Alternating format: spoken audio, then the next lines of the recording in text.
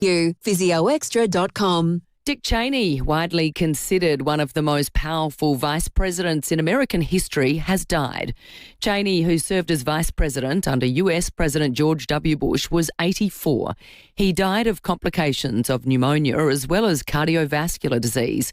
Cheney was part of a small group of prominent Republicans who didn't support Donald Trump, becoming a vocal critic of the now president ahead of the 2024 election. In our nation's 246-year history, there has never been an individual who is a greater threat to our republic than Donald Trump. Back home, a Seaton man and his passenger had a lucky escape last night after slamming into a Stobie pole, causing it to collapse. Police were called to the crash on Tapley's Hill Road at Fulham Gardens at 7. The 36-year-old driver and his 22-year-old passenger had run from the scene but were found nearby. The driver's been charged with driving without due care, failing to provide his details and failing to answer questions. He'll face court in December. Commonwealth Bank is facing further backlash from Australians after revelations it charged $270 million in unnecessary fees to low-income customers. Consumer Group Choice has named the bank as one of Australia's most unreliable companies for the year in its annual Shonky Awards. Choice's Ashley De Silva says the bank earned its spot over its refusal to refund those affected. It's a bit of pressure on businesses out there to kind of take note and ideally do a better job. I suppose what was stood out to us was that FIVEAA initially said it wouldn't and is now kind of saying it might do it on a case-by-case basis. Perth Zoo's last elephant, Putra Mas, is expected to arrive at his new home, Minato Safari Park, in the next 2 hours. The bull elephant will join a herd which includes fellow Perth elephant Perme, who left earlier this year.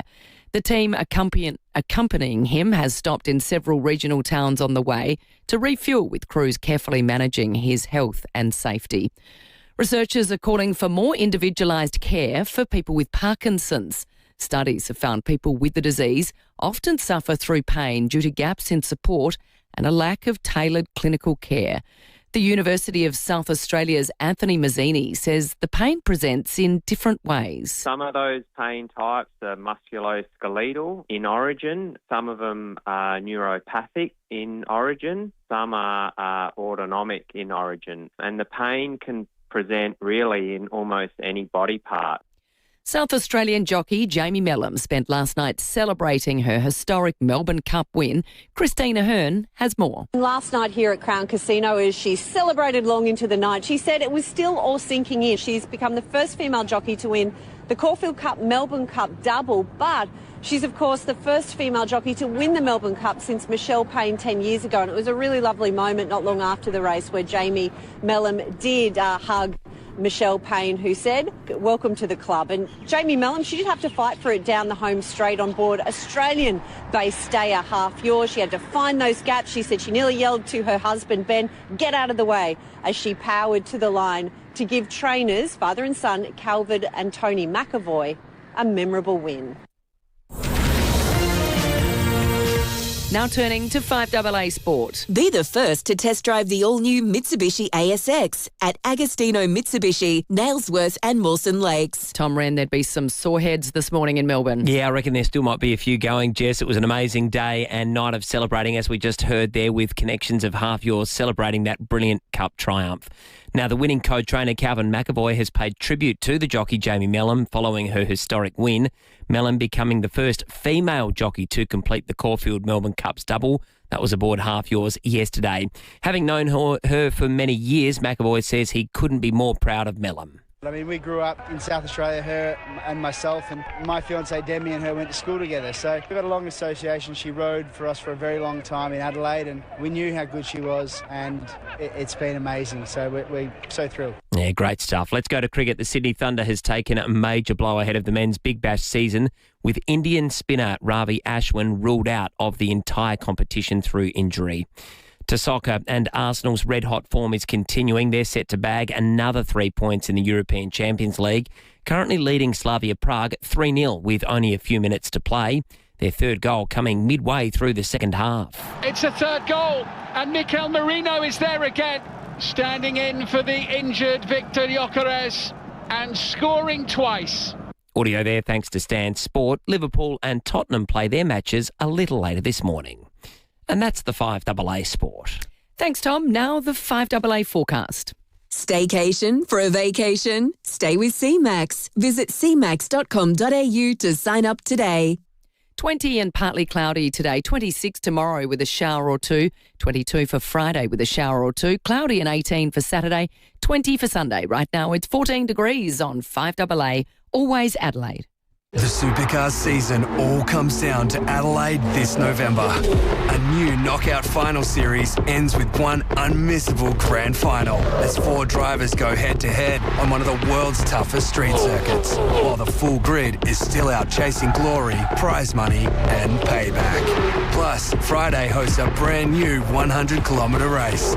4 contenders, 3 races, 1 champion. The BP Adelaide Grand Final, where champions are made. Hi, I'm Lynn Andrews. The Lynn Andrews team have seen a lot of change in real estate over the past 50 years, but one thing remains unchanged: our passion to help people invest in their future, to build strong property portfolios in either the residential or the commercial sectors. Our commitment to property investment over the years means we have a wealth of knowledge to share. We're here to help you. Visit lynnandrews.com.au. Steinborner Automotive has always been well worth the trip. From 1 to 9 yards across the Barossa, Clare and of course Gawler. You can get new and demo Ford Rangers in Clare, Mitsubishi Outlanders, Hyundai Hybrids and Mazda CX-5 in Nuriutpa, Jack Utes in Gawler, plus over 300 certified used vehicles in stock. Head to one of Steinborner's 9 locations or view the whole range at steinborner.com.au. Steinborner Automotive. It's well worth the trip. Imagine a backyard filled with lush green turf. At one end, a set of cricket stumps. Right now, it's just a backyard. But to your kids and their friends, it's an oval, a stadium, and they can be heroes. Kids love a great patch of grass, and you can appreciate yours every day when you lay lawn in your garden from the Turf Farm. The Turf Farm plant it, nurture it, harvest it, deliver it, and importantly, they guarantee it. Trust the Turf Farm. Go to theturffarm.com.au. You're about to hear a sign for Aldi's upright freezer for $299. Aldi's upright freezer for $299. Now he's about to tell you it's got a 168-litre capacity. Stop stealing my thunder! Sorry! All signs lead to the Special Buys electrical clearance sale this Saturday. Aldi, good different. Getting Westpac's lowest online variable rate on your home loan means you can breathe a little easier, you can sleep a little deeper, and you can focus on being a little more zen. For a home loan that gives you a little less to think about, apply online at westpac.com.au today. To get it done, it takes a little Westpac. Eligibility, exclusions, conditions, credit criteria, fees and charges apply. Variable rate offer available for online digital applications only. If you want to call in and do a horse noise.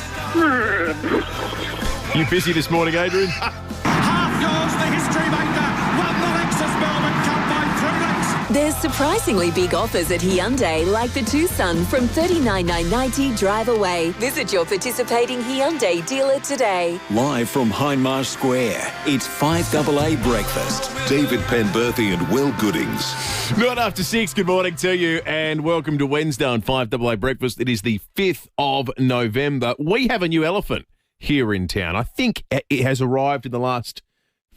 No, it hasn't quite made it. It was scheduled to get here at about 5:30. So imminently we're going to have a new elephant at the Monado Safari Park. We'll be crossing live to the scene as it rolls into its new home, having made the arduous drive from Perth to Adelaide. I bet we've got a few listeners who've done that drive before. Tough to train an elephant to do it. Tough to do it yourself with family as well. Also coming up on the program, Jess Braithwaite from 9 News, who has written a book, adding it to a list of skills, including musician, weather presenter, TV star and now author. Looking forward to that. Metallica are playing in Adelaide tonight. We're going to chat with a superfan. Dylan has seen Metallica 27 times. This will be time number 28 tonight. Looking forward to that before 7 o'clock today. And then a little bit later, Sean Fewst will join us. We'll go around the courts with Sean. David Kolsch will be on the program. Very interesting RBA meeting yesterday and what it says about 2026 and indeed 2027.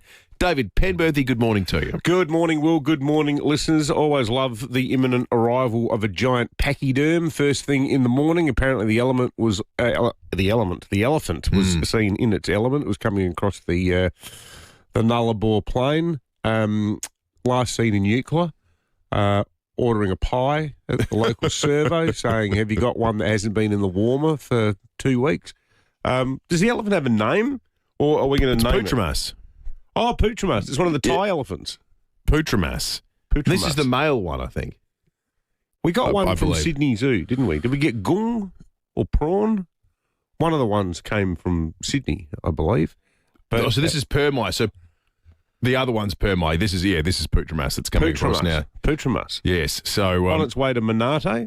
That's right. So we're heading up the freeway. Be nice if any motorists are out on the road and see a large container, maybe with a trunk protruding from it, give us a call, hands-free, of course, and we'd love to put you on the air, and you can be our live elephant cam correspondent. That'd be terrific. You can call in. Can I just say, yesterday, I feel like a bit of a deal for undercooking. Although we got to it at the end. We're talking about the Melbourne Cup and how good it would be if half yours won. This is such a good story. This is such a great South Australian story. It's so exciting. And what an incredible race, too. And carrying the hopes of the nation.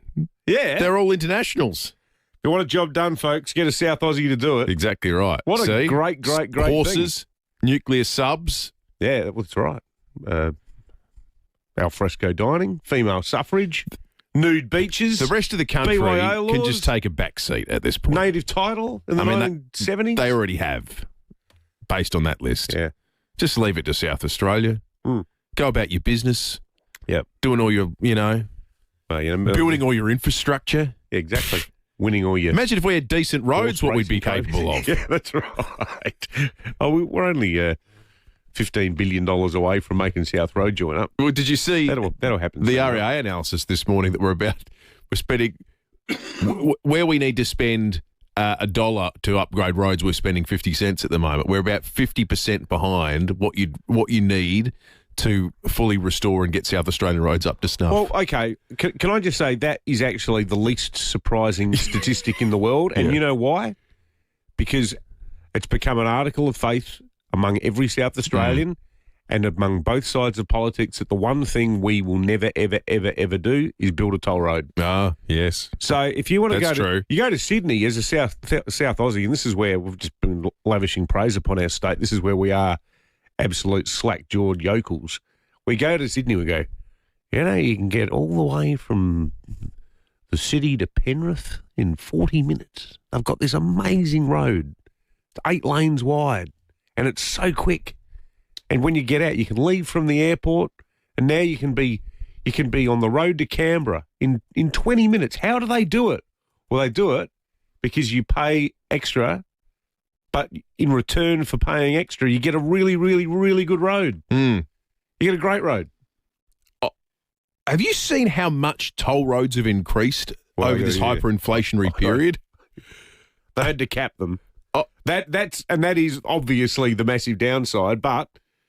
based I was on a the toll road in Brisbane recently, and it was something like $7.50. Yeah. To drive on the road, one way. $7.50. People in Sydney be laughing at you talking about $7.50. Right. Like if you come in from some parts of Sydney, like if you live in the Hills District, you can take, the M2, and then you can go on the Harbour Bridge. And then if you take the Cross City Tunnel or you take the M5 to get through to the airport, you can end up paying 4 tolls. So there is that. Yes. Which is why it is of the view that they should never, ever happen here. Yeah, but the trade-off is you get rubbish roads, which is what we've got. Correct. Hey, what we do have too debt. Is the that's right. What we do have too is the best Christmas pageant in the Southern Hemisphere. It's the second biggest pageant in the Southern Hemisphere, isn't it? Outside of Mardi Gras in Brazil. Very different too. Different vibe. Now we've got tickets to go along if you want them. 8223 4 VIP grandstand tickets to see the National Pharmacy's Christmas pageant. We want to know. In fact, we want to get some high achieving Australians nominated this morning because A round of knighthoods has just occurred in the UK. You might have heard this in 5AA News a moment ago. One very familiar name for sports fans. Knights Bachelor, to receive the honour of knighthood, Sir David Beckham, for services to sport and to charity. Sir David Beckham, as he is now known. He was being knighted Becks. Very emotional when he got the knighthood as well. Obviously meant a lot. We don't do it, obviously. Well, I reckon it's great for him, and I reckon it's really deserved, and he's a really good bloke. David Beckham is a cracking bloke. Yeah, he really is. He's very funny. He's very self-deprecating. Yeah, very self-aware. Yeah. If we were still doing knighthoods, who's an Australian who should be knighted in 2025? Tell us an Australian who's around today that should be knighted. I got two in. I got both of mine, obviously, in South Australia. Yeah, they're both sort of from the world of food and wine. I'm going to start with the female, Dame Maggie Beer. Oh, that's good. For her services to food and the elderly, and the quality of food that elderly people get in aged care. Her campaign for better Dame food. Maggie Beer. The other one is, because this guy, it's now close to, it might be more than 2 decades he's been doing it, and he has transformed a company that was actually getting a bit wobbly for a while there. Sir Peter Gago. Penfolds. Yeah. Well, there's no bigger wine brand in Australia, is there? It's just a juggernaut, that company. I like those two. Give us yours, 8223 and it could be you getting along to the Christmas pageant this weekend with 4 VIP tickets in the stand there, which is a great way to see the pageant. 8223 is the number. Who should be knighted? Who would you knight in Australia right now if we're still continuing the tradition? No, we're not going to do any more because we want their listeners to have a few. 17 after 6, get calling now. SEW Eurodrive offers innovative solutions with products and services provided from a single local source. SEW Eurodrive, driving Australian industry since 1982. Not every conversation stays with you. This one will. Join Stephen Bartlett as he asks the questions no one else asks. Search The Diary of a CEO wherever you get your podcasts. Today's reverse ducted air conditioning systems offer so much more than just an on-off switch, which is why REQ Air Conditioning will spend as much time as you need to get familiar with all the functions and controls of your new system. It means you'll get the most out of it from the very start. No guesswork required. Stay cool, stay warm, save money and master the remote with REQ Air Conditioning and Energy Solutions. Google REQ Air Conditioning for a free in-home quote. CMAX Clinical Research is on a mission to advance mental health research and needs your help. If you're aged 18 to 55 and generally healthy, CMAX invites you to join a clinical trial investigating a potential treatment for anxiety and depressive disorders. Participants will spend 3 periods of 3 nights at CMAX, attend 1 follow-up visit and get paid for their time. Help create a brighter future for millions of Australians experiencing anxiety and depression. Interested? Apply at cmax.com.au. Adelaide, you've shown some serious love for Barbecue Adelaide Weber stores. For 5 years, you've helped Barnesy and his team grow into Adelaide's biggest Weber and Yeti dealer. And to say thanks, they're throwing one of their biggest parties ever. Now, this is scary because I've been to a couple of Barnesy parties and they can be pretty wild. This weekend at Jeps Cross and Mile End, both stores are going to be buzzing. There'll be great food, drinks, live demos, giveaways and massive store-wide specials. And for the first time ever, 15% off Weber Qs, which is huge. If you've been waiting to upgrade, this is your moment. So don't hold out for Black Friday. Head in this weekend as they're honouring the specials now. Only at Barbecue Adelaide Weber stores, Jeps Cross and Mile End, and prepare to get lit. They say one of life's biggest decisions is buying a home. But sometimes the hardest one is leaving it. At Anglicare SA, we're here to help you stay where you belong, at home. We offer support for everyday things like cleaning, gardening, cooking, but are also experts in care management, allied health, and clinical nursing. Because we believe there's no place like home. Let us help you stay where your heart is. Find out more at Anglicare SA. You are at home. Who can fix the shower? Service today. Who can fix the power? Service today. With thousands of positive reviews, it's no wonder that Service Today is the most recognised and respected home service company rated by Australians. Our licensed technicians can help with all your plumbing, electrical, heating, cooling and home security needs. So when you need reliable home services, at Service Today, the answer will always be, yes, we can. Yes, we can is what what we say. Service Today. Google Service Today to book one of our experts. 5AA Breakfast is streaming live right now. To watch, simply head to 5AA on Facebook or YouTube.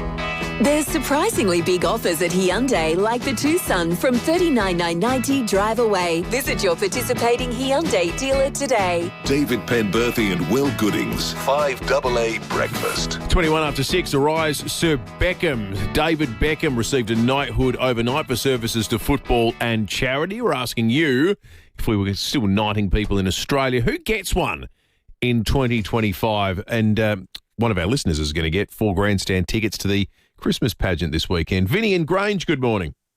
Good morning, guys. Look, I reckon that Mrs. Condis, for all the years she's done charity work, and she's still going. That's a great pick, Vinny. She's an amazing woman. She's got a hand in every single charity in South Australia. Yeah, it certainly feels that way. Good on you, Vinny. Let's go to Blair Athol. Brian, good morning. Good morning. The most obvious one, Sir Peter Malinowskis. You reckon? But just beating down the Liberals every single day. You're being a bit tongue-in-cheek there, Brian. Of course I am. I thought you were. Very subtle. Good on you, mate. Thank you, Brian. Let's go to Mylor. Sue, good morning. Jimmy Barnes. Yeah, we love Jimmy. him and he's awesome. There's no more reason to knight him, isn't it? Than that? Being Scottish, you think he's going to want to meet the royal family? Oh, look, Elizabeth boy, we love him. Well, that's true. He might be Scottish, but I'll tell you what, Elizabeth's relationship with the Queen, God rest her soul, cannot be any closer, could it? There are Scottish conservatives that are sort of a little bit more sympathetic to the royal family. I don't know where Jimmy sits on the political spectrum. He's a bit of a Scottish lefty, I think. politics. I don't know about his Scottish politics. Okay. As Australian politics, I think he's a bit of a lefty. Yeah, okay. We got a new elephant, a new member of the herd at Monado Safari Park. Hayden Nelson is reporting live from Monado, welcoming Putramas to the family. Hayden, good morning to you. Morning, guys. So, is the elephant rolled in?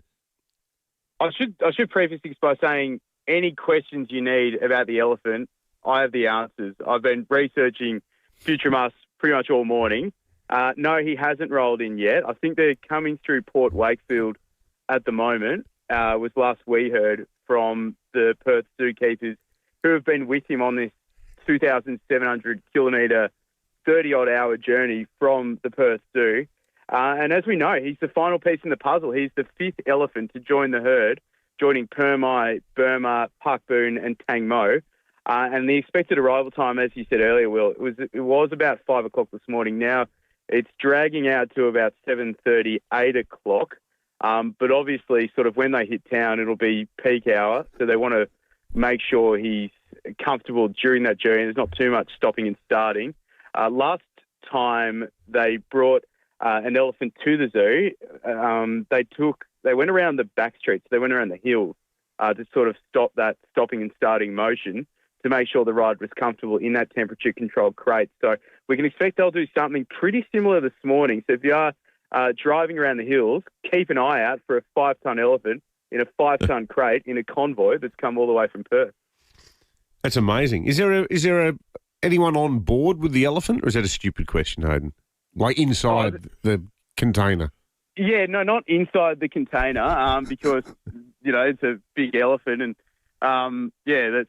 I don't know what he gets up to in there, but I think the space is designed purposely for him. But you can imagine, though, when he does arrive here, pretty keen to stretch his legs, sort of stretch his trunk. He's a trumpeter, from what we understand. So when he is happy, he trumpets. He's known for it at the Perth Zoo. So we know there are keepers on board.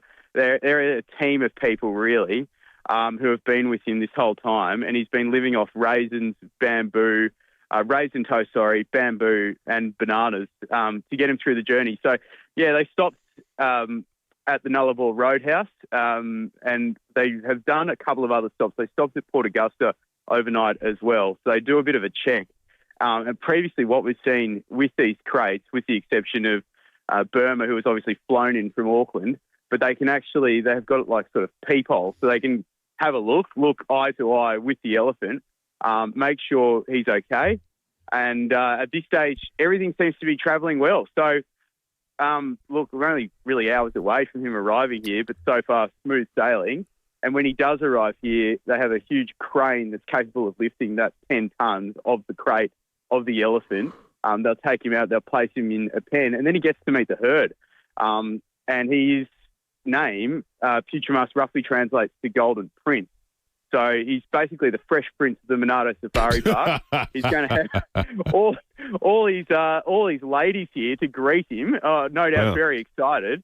And like where the Golden the Bachelor is the social breeding program. Exactly right. So they're all in their 30s. Burma's in her 40s. She could be the cradle snatcher here, but we don't. We'll see. We'll have to wait and see.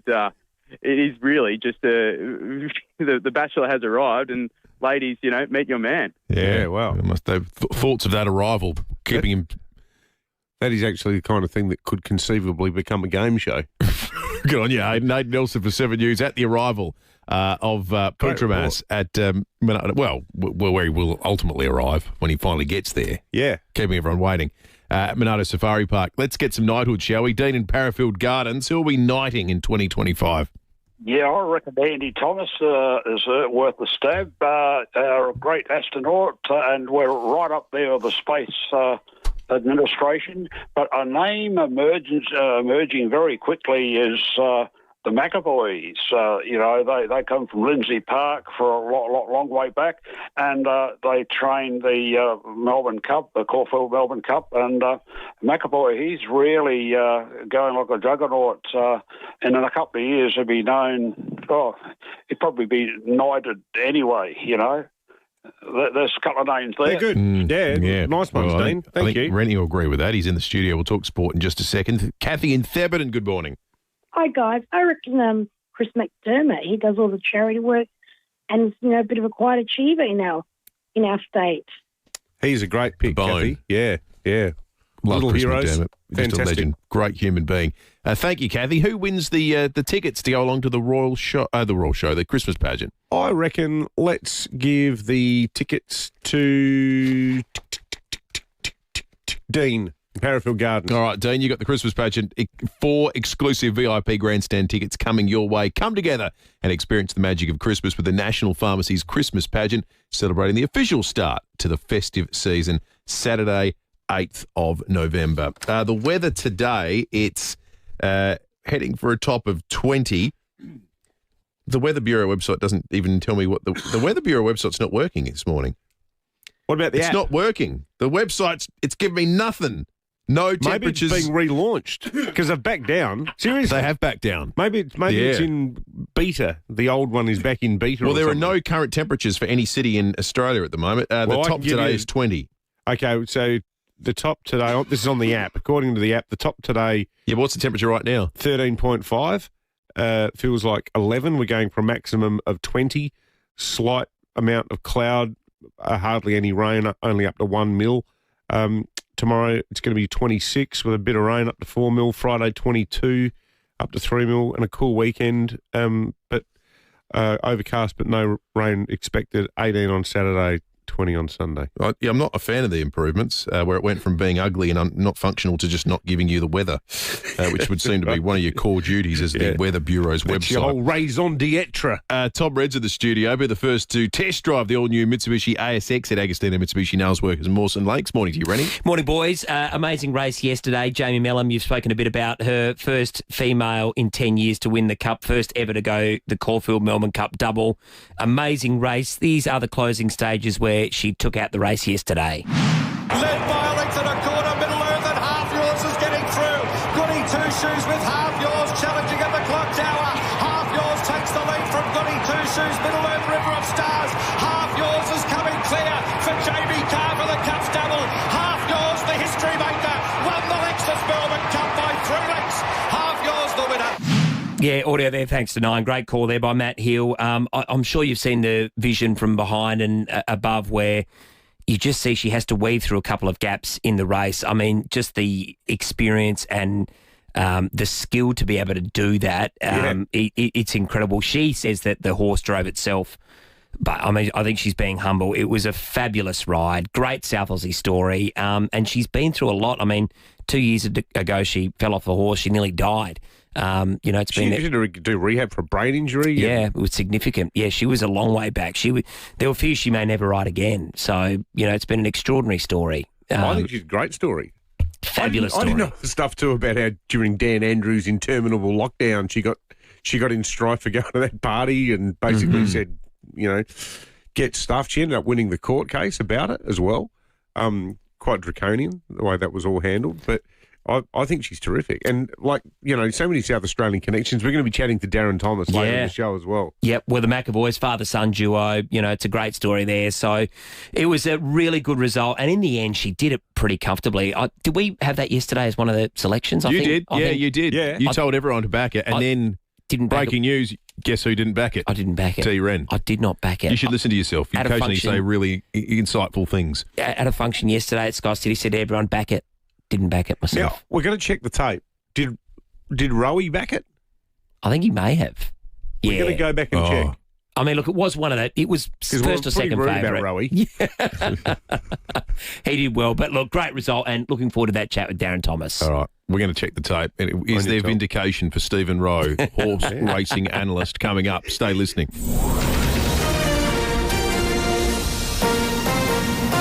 This is 5AA News. Always Adelaide. Partly cloudy and 20 degrees today. With the 6:30 news, I'm Jess Adamson.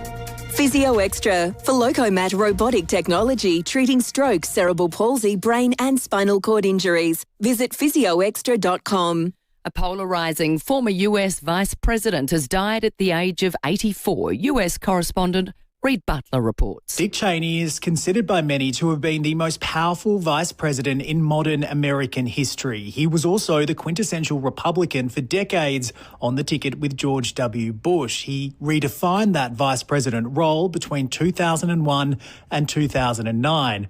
But he also ended up being one of the most vocal critics of Donald Trump and even voted for Kamala Harris in the last election. Cheney was the architect behind the United States' controversial war on terror after September 11, but he maintained he never had any regrets. Cheney died surrounded by family from complications relating to pneumonia and cardiac and vascular disease. A Seaton man's been arrested and charged after slamming into a Stobie pole at Fulham Gardens last night. Police and emergency crews were called to Tapley's Hill Road just after 7, where they found a badly damaged Holden and a collapsed Stobie pole. The occupants of the car ran off but were found nearby. The 36-year-old driver's been charged with driving without due care, failing to provide his details and failing to answer questions. Neither he nor his 22-year-old passenger were injured. He was bailed and will face court in December. ASIO Director General Mike Burgess has warned there's a realistic possibility a foreign government will try to assassinate a dissident in Australia. Delivering a speech at the Lowy Institute in Sydney, Mr Burgess said hostile foreign governments are targeting Australia's social cohesion. He said at least 3 nations are capable of the assassination. It's entirely possible the regimes would try to hide their involvement by hiring criminal cutouts, as Iran did when directing its arson attacks. New legislation will be introduced to Parliament today to get streaming platforms to support Australian content. They'll be forced to spend either 10% of local expenditure or 7.5% of their Australian revenue on locally made programs. It means Netflix would be forced to spend nearly $100 million. Nearly half of all Australians have now engaged with an artificial intelligence tool. New data shows usage is highest among students, with around 80% reporting frequent use. RMIT Professor Julian Thomas says it reflects how quickly AI is becoming part of everyday life. It's really only a few years that these tools have been around. They're really general purpose, being used for people to find out information that they need, how to get access to government services, health information. Former England football captain Sir David Beckham has received a knighthood at Windsor Castle. Knight's Bachelor, to receive the honour of knighthood, Sir David Beckham, for services to sport and to charity. The 50-year-old has described it as his proudest moment. Now turning to 5AA Sport. Be the first to test drive the all-new Mitsubishi ASX at Agostino Mitsubishi, Nailsworth and Mawson Lakes. Hello again, Tom Wren. And to you as well, Jess. Jockey Blake Shin has suffered a suspected broken leg after falling from his horse in the race after the Melbourne Cup at Flemington. He was taken to hospital by ambulance, and it's been a big night of celebrations meantime for the connections of the Melbourne Cup winner Half Yours. Jamie Mellon became just the second female jockey to win the race that stops the nation. Winning co-trainer Calvin McAvoy says his team gave him confidence ahead of the victory. Amazing. I mean, this is the pinnacle of our sport at HQ. I can't put it into words, and it hasn't sunk in yet. A lot of emotion. It's a big team behind this, and to do it in partnership with my father, Tony, it's very special. And Jamie Mellon, we've got a long association with her, so we're very proud of the whole team that we've built, and it's fantastic. Let's go to cricket. The Australian T20 team has arrived on the Gold Coast ahead of tomorrow's Game 4 against India, with the series locked at 1 game apiece. Spinner Matt Kuhneman says he's expecting an explosive start. Players like how Timmy David went about it, just goes hard from ball one, like I said. So, yeah, I think taking wickets is crucial for both teams. Full time in a couple of matches in the European Champions League. Arsenal enjoying a 3-0 win against Slavia Prague, while Frankfurt and Napoli had a 0-0 draw. Liverpool and Tottenham are just kicking off their respective matches. And that's the 5AA Sport. Thanks, Tom. Now the 5AA forecast. Staycation for a vacation? Stay with CMAX. Visit cmax.com.au to sign up today. Partly cloudy and 20 today, 26 with a shower or two tomorrow, 22 with a shower or two for Friday, cloudy and 18 for Saturday. Right now it's 14 degrees on 5AA, always Adelaide. There's surprisingly big offers at Hyundai, like the Tucson from $39,990 drive away. Visit your participating Hyundai dealer today. David Penberthy and Will Goodings, 5AA Breakfast. Well, you know, our very talented next guest in a number of different guises as the weather presenter on Channel 9, a one-time regular on 5AA Breakfast, maybe even as a musician. Well, now Jess Braithwaite is wearing a new hat, authoring her first book. Jess, good morning to you. Hello, thank you so much for having me on. How are you guys? We're great, thank you, Jess. Now, I'm really excited about this. Whatever the weather, we're in this together. Your first children's book, and one that's got, I reckon, as a parent, we're all parents here now, a really good message about getting the kids outside. It does, yeah. Thank you so much for saying that, because I'm really excited about this book. I'm so happy to be sharing it with you guys and with the families of Adelaide. And I think it really does have a beautiful message about embracing the highs and lows of life together. Sorry, that's a little bit of a weather pun. I didn't even do that on purpose. But getting out and embracing the wonder of the weather that offers us through all of the seasons of life as well.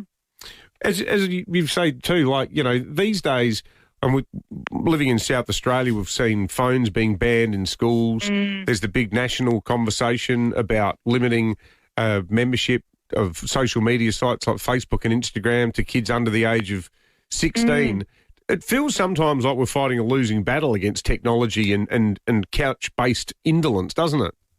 It does, and the stat that really saddened me as a mum in particular, because I have such fond memories of my childhood, just being out in the mess and the muck of the world every day. Out, and I didn't have any phones and everything like that when I was growing up, and I spent most of my childhood outdoors camping and down by the river. And these days, the stat is that older kids spend 90% of their lives indoors, and a lot of the time it is hours a day on screens. And that's not a judgment, thing, because families are really busy, but I think the great thing about getting out in the weather and the different elements is that it's free.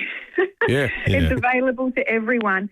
And it's actually really good for you. There's a lot of, yes, it's one thing to get the kids out down to the park when it's sunny and a nice, easy day, but also in all the different types of weather. A lot of studies coming out now showing, playing in the mud is great for kids. It's really good for even some of the natural microbes in the soil are good for their immune system when they're out, in the elements that might be, obviously within reason. I'm not talking about extreme weather, but getting out and about in the different seasons. Okay, we're climbing on some rocks today. Oh, this one's, a little bit slippery. How can I move my hands and my feet in a different way to manage this risk? They're learning to take risks more so with nature as their teacher instead of, the screen as their teacher, which is so often the case these days. Yeah, the book looks beautifully illustrated as well. The process of writing a kid's book, Jess, Is it straightforward, or was it a bit more complicated than you imagined? You would think that it would be straightforward, like the amount of, we read books to our kids every night, and, you think, oh, they're so simple because a lot of them don't have many words. But, this one's been 3 years in the making. So it does take a long time. I worked with my beautiful friend and co-author, Rebecca Ralph, who had written the book once before, so she was a great guiding hand through the process. But even, seeing the illustrations come through, that was such a joyful moment, and knowing how much effort goes into creating these wonderful whimsical scenes, showing off, the different beautiful types of weather that we have, everything from the publishers to the editors, it all kind of comes together. It still feels a bit unreal when I received the first, actual book in my hands, physically holding it. I was like, oh my goodness, I can't believe this is actually real and it's going to be on bookshelves. It's just amazing. How good. The book is out and the title is Whatever the Weather, We Are in This Together. And it is, of course, the work of Jessica Braithwaite and co-author Rebecca Ralph. Great talking to you, Jess, and all the very best with it. What a great thing you've done. Thank you so much for having me on. 19 to 7. Terrific chatting with Jess. Getting a lot of good text through on the police home care text line as well. I wonder if we'll get some text from people who are off to see Metallica tonight. I suspect we might. I reckon we won't get a text from anyone who's been as often as our next guest. Dylan Lustoffer is going to see Metallica, not for the first time, and not the second, third, fourth, nor fifth, but for the 28th time tonight. Dylan, good morning to you. Hey, how you going, mate? We're good, thank you, Dylan. Now, 28, mate, that must be some sort of record. How have you had to travel much to see them? Because they wouldn't have played in Adelaide 28 times. No. I've been very, very lucky. A lot of hard work and overtime years ago. But seen them back on the 04 tour, the 2010 tour, the Soundwave tour, and then now this one. But I was lucky enough to get some fan club tickets to their 30-year anniversary shows in San Francisco back in 2011. So. Oh, wow. That was, I guess, the highlight of out of those 28 shows, 27 so far. That San Francisco trip back in 2011. Nothing will beat that. So was 2004 the first one? 2004 was my first one. Yeah, I was just turned 18. Oh wow! So what's Metallica's hometown? Where are they all from, Dylan? San Francisco, California. Oh, right. That's where they all reside there. So that 30-year concert, that must have been wild being in their home city. It was like me and my friends from Australia and all around the world, we all converged in one place, and it was it was epic, absolutely epic. Have you got merch from every time you've gone to see them? Yes, every time. Back in the day, it was all about every single T-shirt and with the tour dates and all that sort of stuff. And as I've gotten older and the T-shirt pile builds up, I sort of don't buy as many T-shirts now, but it's all about the posters, and now they pump out the records. Every city they go to, they have a limited edition record. So that's sort of what's on the top of the merch list these days. So, Dylan, have you gone to countries other than the US to see them? Myself, no. I've got a couple of friends that have been lucky enough to do a couple of countries, but myself, I've lived a pretty sheltered life in rural South Australia, so that USA trip was definitely a highlight for me. Because they've got a huge following in so many countries of the world. They're massive in Latin America, South America. They've got a big metal scene there, obviously, but they've played some huge shows in Brazil and so forth. But have you ever sat down and wondered how much money you've devoted to your passion for Metallica? I guess it definitely crosses my mind once in a while, but I guess I've got the philosophy: you only live once, and totally. I'm not going to be sitting here in a month or a year or 10 years wishing I hadn't have gone and I had to save that money, because it's experiences money can't buy. Have you ever met them? It's a no-brainer. Yeah, I have. I was super lucky to win a backstage pass on the 2010 tour. Wow. Got to go backstage before the show and I guess live the little Dylan's dream of growing up and meeting his heroes, and it was everything I hoped for. They were a bunch of awesome dudes. They were very down to earth and happy to chat and talk about you instead of talking about themselves. Were you nervous? Sorry? Were you nervous when you met him? Oh, I was 100%. Yeah, I would be. pretty much once the first couple of sentences broke out, it was just chatting to a mate. They're professionals, so it's great. Beyond the anniversary concert in San Fran, is there any one that stands out to you as particularly amazing, Dylan? I have to pick the third night in Brisbane in 2010. That is one that goes down in history for me and my mates. I met some amazing people that week, and that night I got to share the rail with some awesome dudes. And the set list they pumped out and the energy from the show was just second to none. And I think that was the first drumstick I got from Lars at the end of the show. So it's definitely holds a special place in my heart. Oh, wow. Did you ever see that doco about them, Dylan? What is it, Some Kind of Monster? Yeah, I definitely have seen it more than once. I own more than a couple of copies of it. I'm one of those collectors that sort of has to have everything. I was one of those, but that was a massive insight, I guess, into their lives, and I guess it made them more human. Yeah, I thought that was a great documentary, and it's the sort of thing you don't have to be a Metallica fan to actually enjoy it. Like, it's a band talking about, because have you seen it, Will? They all end up having therapy because their relationship's so bad. Wow. It's almost like a marriage counselling type deal. Yeah. It's an incredible documentary. But are you going to is there an end in sight to this touring around following Metallica, Dylan? Or are we going to be able to talk to you in a few years and it'll be, concert number 40 or 50 or 60? Yeah, I can pretty much guarantee that, if they do come back to Australia again, I'll be there, hopefully front and centre. But it depends on how the knees at the back are going. I might be sitting down in the seats. Mate, you'll be getting wheeled out of Resthaven to go to a Metallica concert. What a legend. That's awesome, Dylan. We'll have a great time tonight, mate. Good on you, mate. No worries, guys. Cheers. Dylan Lastoffer, go to see Metallica for the 28th time tonight. We got a text from our Alberton correspondent, Dave Lloyd, who says tonight, just number 6 for him. I think in any other setting you'd say 6 times you go to see a band. You're a massive, massive fan, which he obviously is. Dave in Glenelg North says, my first ever concert was Metallica at the Entertainment Centre in 1997. I was 17 and travelled from Woomera to see it. I'll be there again tonight, and I'm now 45 years of age. Surely no one's done 28, though. The 28 have to be Would a record. any of our listeners have seen a band more than 28 times? I reckon I've done double figures on a few bands. 28's a lot. If you think how often can you bands. see a band in a year? I suppose if you're the local and they've got a residency or something, it might be a little bit different. But yeah, I reckon there'd be people who would have seen bands back in the day, like, I don't know, the Mark of Cain. I reckon I would have seen the Mark of Cain probably 12 times. Maybe more. If you've got a big number, we'd love to hear it. 8223 or text us on the Police Home Care text line. We're going to check traffic and come back with police and weather in just a moment. Get an outfit that will stop traffic at a great price with Peter Shearer Menswear. Thanks, Will, and morning, David. Roads are looking pretty good this morning. Light traffic and no great dramas. Couple of things to look out for. Modbury Heights, a small bingle there. Golden Grove near Milne Road, but not seeing too many delays. Urgent electrical works are packing up at the moment. Fulham Gardens, Tapley's Hill Road near Jamaica Avenue, which is good. Shouldn't give us too many hassles this morning. And starting to slow up already at Flinders Park for the works on Holbrooks Road near Grange Road. Busy South Road, Mile End with the Camera Cavern Road, Dry Creek.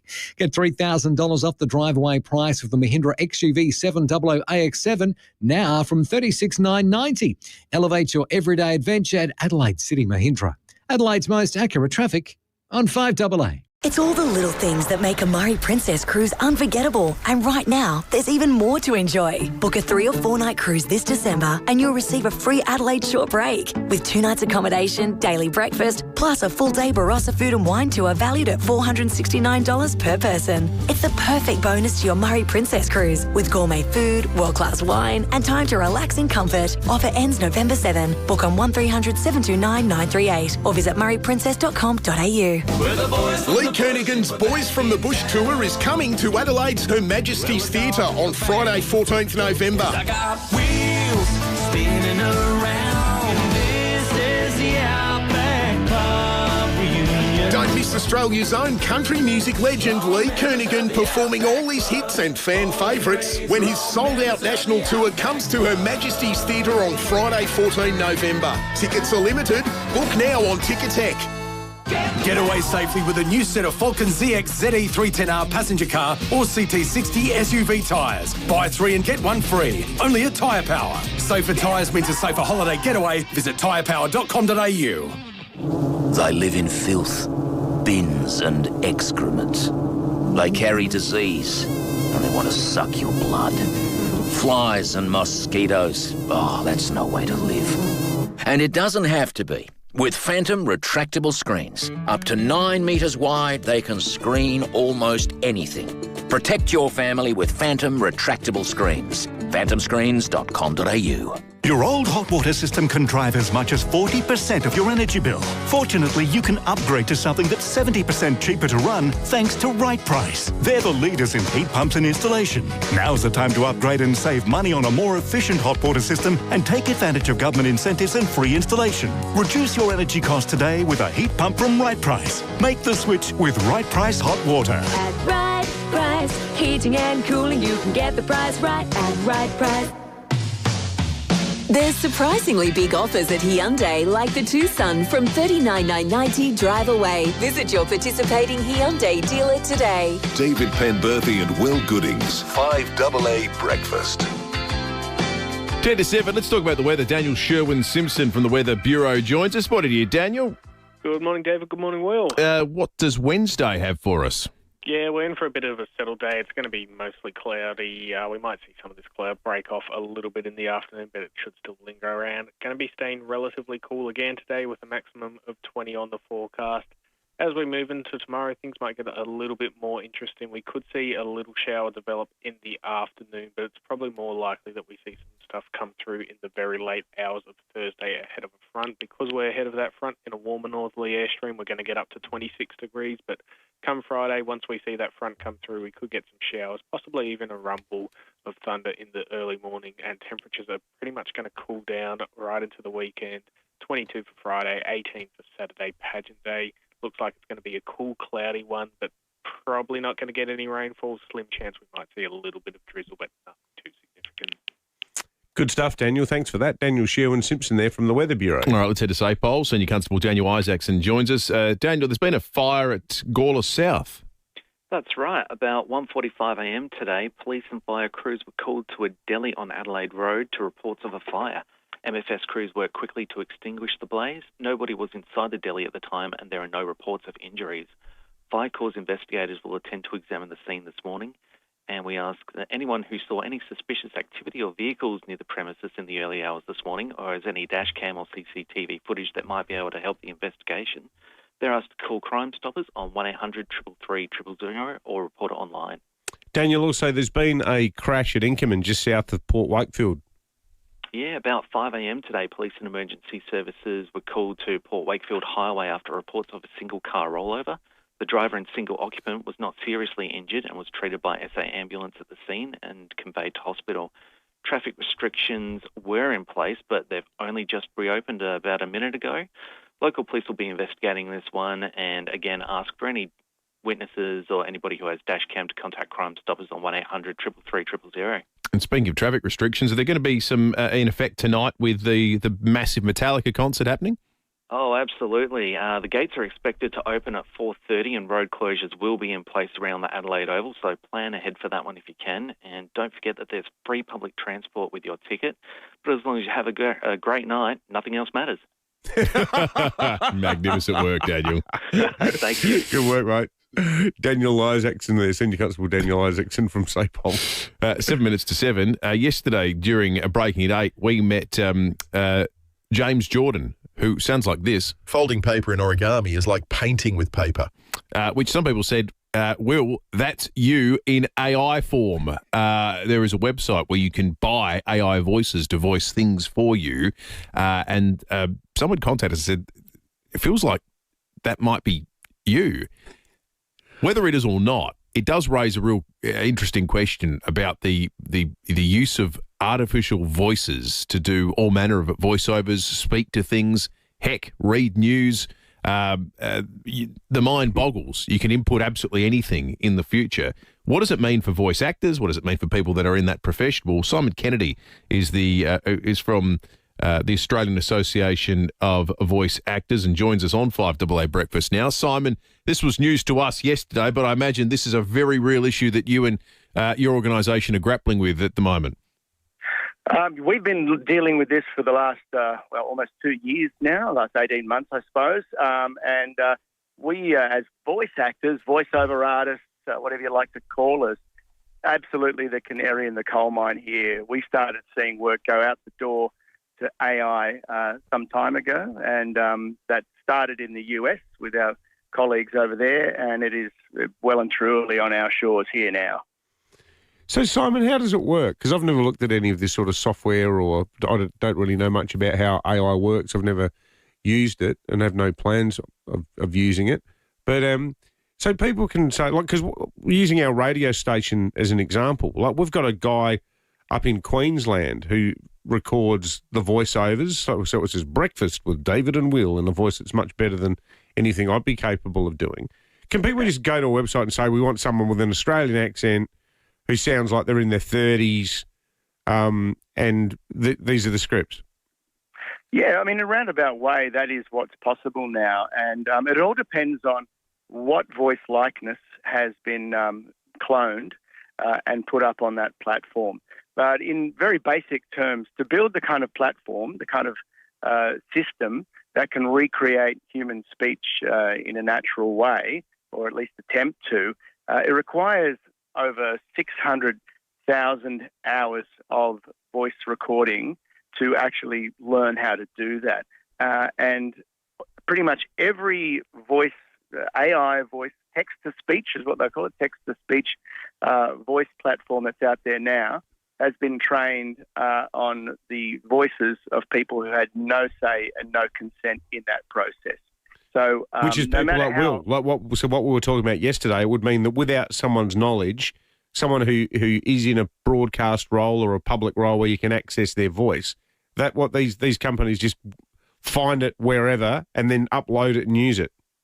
Yeah, a great deal of what's been scraped is the word you'll hear in the AI world. A great deal of what's been scraped is from audiobook narrators, because they have to read a lot of material, which makes it really handy for them to do that. And then once the machine knows how to talk like a person, all it needs is, these days it's getting less and less, but let's just say 10, 30 seconds of my tone and my sound to recreate me. So it doesn't need that much of me to do it, because it's already learned how to talk. So what it does, it just takes a little bit of Will and uses that as a skin, if you will, over what it's already learned. So it's very easy to recreate in a convincing way these days anybody's voice. Now, obviously, for our members, it's a financial pain, because this is our livelihood. This is what we do for a living. But on a broader sense, everyone should be worried about this, because scams such as hey, grandma, I've run out of money scam, that kind of thing, now can be done with such sophistication where they can take the likeness of that person's voice and convince someone of something. And there are no laws at all to protect you from that in this country or any region right now. Simon, thank you. Great insight, and an ongoing battle for your industry and many other creative industries with this new AI revolution. One other thing about AI, remember about a month ago there was that story that we spent a bit of time talking about, the Google AI or Meta AI version of the Gus Lamont story was falsely... You could generate a photo. Well, that creep did that. But the swept news précis done by Facebook said after several days, Gus was found alive and well with minor injuries because it had a hallucination. It picked up all these wrong bits of information. Well, there's a story earlier this week that a former colleague of mine who's now at Fairfax 9 has been leading the campaign about. There's a little girl who disappeared in Wollongong in 1970, and it's their sort of Beaumont children type story for the Illawarra, a girl called Cheryl Grimmer, aged 3, never been found. Someone in Parliament made some allegations about one of the suspects in the case, underprivileged, which is a valid news story, an MLC over there. He has had a dossier. He's a bit of a Frank Pangello type guy who follows these stories, and his motives are pure. The version that went up online, the AI précis of that story, AI scoured the net to try to find references to who did it. Now, because the suspect hasn't been named, AI sort of panicked and thought, well, someone must have done it if this kid's disappeared. They found a name that they published. The name that they published is the person who kidnapped this little girl in 1970 at the age of 3 is the name of a 20-something graphic designer who works at the Sydney Morning Herald, who 2 weeks ago designed the graphic of where the 3-year-old disappeared in Wollongong. Because the computer was going, bip, bip, bip, bip, bip, bip, someone who did this, who did this, who did this. Oh, there's a name. It was a byline on a graphic in a newspaper, and that person now is online as the person who kidnapped and probably killed a 3-year-old girl. I wonder if it was photo captured by or captioned by or something, and it's misinterpreted. That's extraordinary. Do you not get the legalities of it? Because, like, you think about defamation. Defamation is, to use a legal term, it's a strict liability offence whereby it does not matter if you intended to defame someone or not. Well, that would seem to be... It's established by this case, Artemis Jones. There's a newspaper that ran a mock article about someone called Artemis Jones, and they thought, this is a funny sort of a name. And there was Artemis Jones. And then Artemis Jones, turned out he was a lawyer.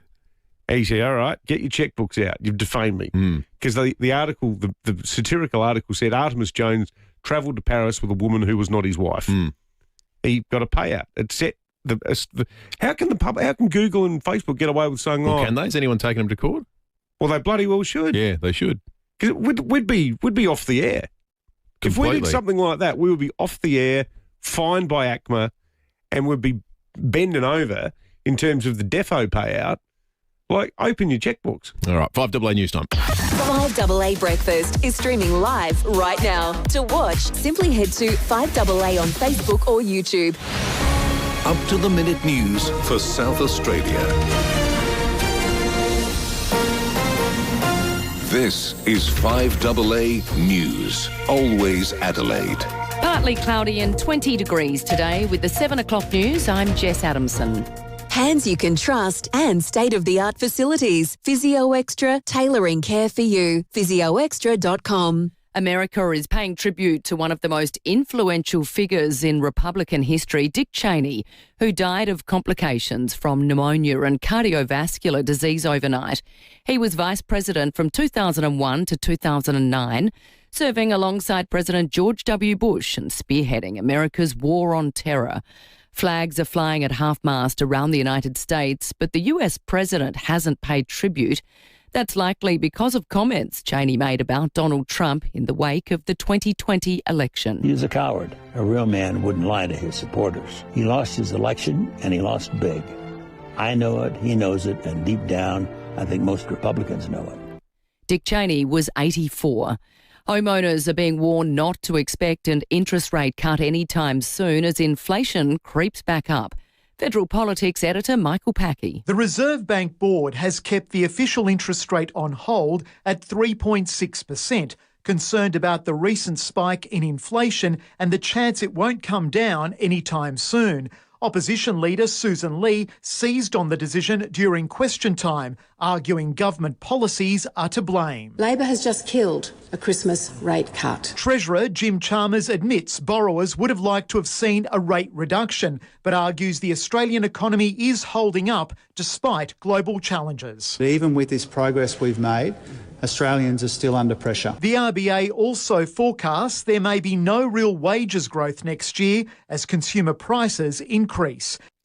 Police believe they've taken down a national drug syndicate which was importing substances via sea, concealed in shoes and plastics. 18 people have been charged and 268 kilos of drugs seized in the sting by officers from WA, New South Wales and the AFP. Drugs and money were allegedly being exchanged across borders in the post and through drug mules on planes. The federal government is targeting more online platforms ahead of its pending social media ban. Forum site Reddit and streaming platform Kick will be forced to remove under-16s from their services starting December 10. A key vitamin found in Vegemite and some beer may be able to prevent skin cancers. Mia Glover explains. This is positive news on Australia's most common cancers, non-melanoma cancers. So many of us have them and are quite prevalent, ones like basal cell carcinomas or BCCs. This study looked at how a key ingredient in Vegemite and some beers can help reduce your risk. That ingredient is called nicotinamide, vitamin B. It saw a nearly 20% drop in people's risk of skin cancer.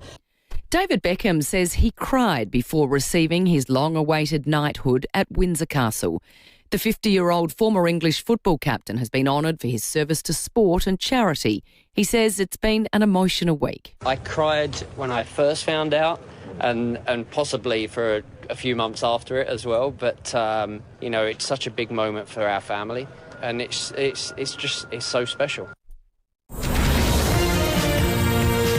Now turning to 5AA Sport. Be the first to test drive the all-new Mitsubishi ASX at Agostino Mitsubishi, Nailsworth and Mawson Lakes. Here's Tom Wren. Thank you, Jess. Jamie Milliman Connections of Half Yours spent the night on the town in Melbourne celebrating their historic Melbourne Cup win. Mellon became just the second female jockey to win the race that stops the nation. She says she still can't describe the feeling. I can't believe it still. It doesn't sink in. It doesn't hit you until I cross that line. Words, you can't put it into words what the feeling I felt. Yeah, great effort. Chair of Selectors George Bailey will announce the squad for the opening Ashes Test today at midday. The series begins in Perth in just over 2 weeks' time. 3 Australians have made the Women's Cricket World Cup team of the tournament meantime. Ash Gardner, Annabelle Sutherland and Alana King all making the 11. To soccer, Tottenham's made a great start in its European Champions League clash against Copenhagen, scoring in the 19th minute, much to the delight of the home fans. Great ball. Johnson, keeper's come miles out here, and Johnson scores brilliantly. Well, he made that look so easy. Audio there thanks to Stan Sport. It remains 1-0 with about 15 minutes to play in the first half. It's currently 0-0 between Liverpool and Real Madrid, while Bayern Munich is 1-0 up against Paris Saint-Germain. Earlier, Arsenal made it 4 wins from 4 starts to begin its campaign after a convincing 3-0 win against Slavia Prague. And that's the 5AA Sport. Thanks, Tom. Now checking 5AA traffic. Get some support at home with ACH Group, because a little help can be a big help. Morning there at Modbury Heights. A crash to look out for Golden Grove Road near Milne Road, but a quick look at the map, not too many delays, so shouldn't get too many hassles this morning. Works at Penderfield, you might want to keep an eye on today. Walmer Road near Andrews Road. Busy already at Flinders Park for the ongoing intersection works of Holbrooks Road and Grange Road. And got a camera this morning to look out for Milne Road, Modbury North. Are you moving house soon? Origin can make a hard job a little easier by helping you move electricity, natural gas and internet in one easy call. Origin, all kinds of useful. Adelaide's most accurate traffic on 5AA. Now the 5AA forecast. Staycation for a vacation? Stay with CMAX. Visit cmax.com.au to sign up today. Partly cloudy and 20 today, 26 with a shower or two tomorrow, 22 with a shower or two Friday, cloudy and 18 for Saturday. Right now it's 14 degrees on 5AA, always Adelaide. The pieces just came together. From the enlistment form to the discharge papers signed after Gallipoli. He was my great Uncle Jack, and now his story is part of mine. There could be more to your story too. Piece it together with Ancestry. Hey Strikers fans, Alex Ross here. Adelaide Strikers hospitality packages are now on sale. From open-air boxes to fully catered functions, there is a perfect package for everyone. Enjoy the KFC Big Bash action in style with friends and family, impress your corporate clients or spread the festive cheer with an office Christmas party. Secure your hospitality for New Year's Eve and other games. For details and packages, visit strikershospitality.com. Adelaide Strikers, our city, our team. Now, is your home ready for summer? Who do you trust for your air conditioning and solar power needs? Well, of course, Mannix Air and Solar. Well, Mannix is a South Australian family business that's been known and trusted and been around for 60 years. Neville Mannix, who we met a couple of weeks back, he started the business 60 years ago. He's still running it today, along with 3 children and 7 grandchildren. Great guy, great family, great Adelaide business. They've grown to have 5 stores all over Adelaide that design and install the right system for your needs, and stock a huge range of cash and carry units and spare parts. They truly are a one-stop air conditioning shop. They've also been in solar from the very beginning, installing more than 5,000 solar and battery systems. After 60 years, Mannix is still the name you know and trust. Mental health conditions affect millions of Australians. That's why CMAX Clinical Research is trialling a new potential treatment for anxiety and depressive disorders. But it can't be done without your help. If you're aged 18 to 55 and generally healthy, you might be eligible to join this clinical trial. Participants will spend 3 periods of 3 nights at CMAX, attend 1 follow-up visit, and get paid for their time. Join and make an impact. Interested? Apply at cmax.com.au. Streaming live via the 5AA Player app on DAB Digital Radio and on 1395 AM. This is 5AA, always Adelaide.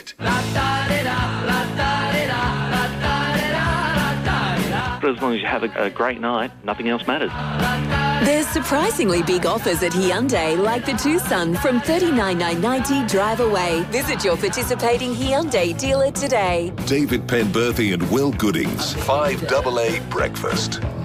10 after 7, good morning to you. Joining us for the first time on this Wednesday morning. Sean Fuster this hour. Also, David Koch, the head of SA Tourism, Compare the Market Economic Director and Port Adelaide Football Club boss before 8 o'clock. And then a little bit later in the morning, we're going to talk about the South Australian Liberals' new policy to phase out stamp duty over the course of the next 15 years. So we're going to talk with Vince Atazia a little bit later about that. We also have some tickets to give away to see Lee Kernaghan. Plus, it's not just that, a double pass and a VIP meet and greet to see Lee. You just have to listen out for a bit of a song that we're going to play. We'll play a bit of Lee Kernaghan. When you hear it, be the first to call through on 8223 0055. The Boys from the Bush Tour, Friday, November 14 at Her Majesty's Theatre. Grab tickets at Ticketek. Well, it's been a truly shocking few weeks in the correctional services space here in SA. A couple of Fridays ago, there was a sickening attack on a female prisoner at the women's jail. And then two really serious incidents in the men's prison at Yatala, where two men were set upon by other inmates and bashed savagely. We have the new Minister for Correctional Services, Rhiannon Pearce, on the line. Minister, what's going on inside our jails? Well, firstly, thank you very much for having me this morning.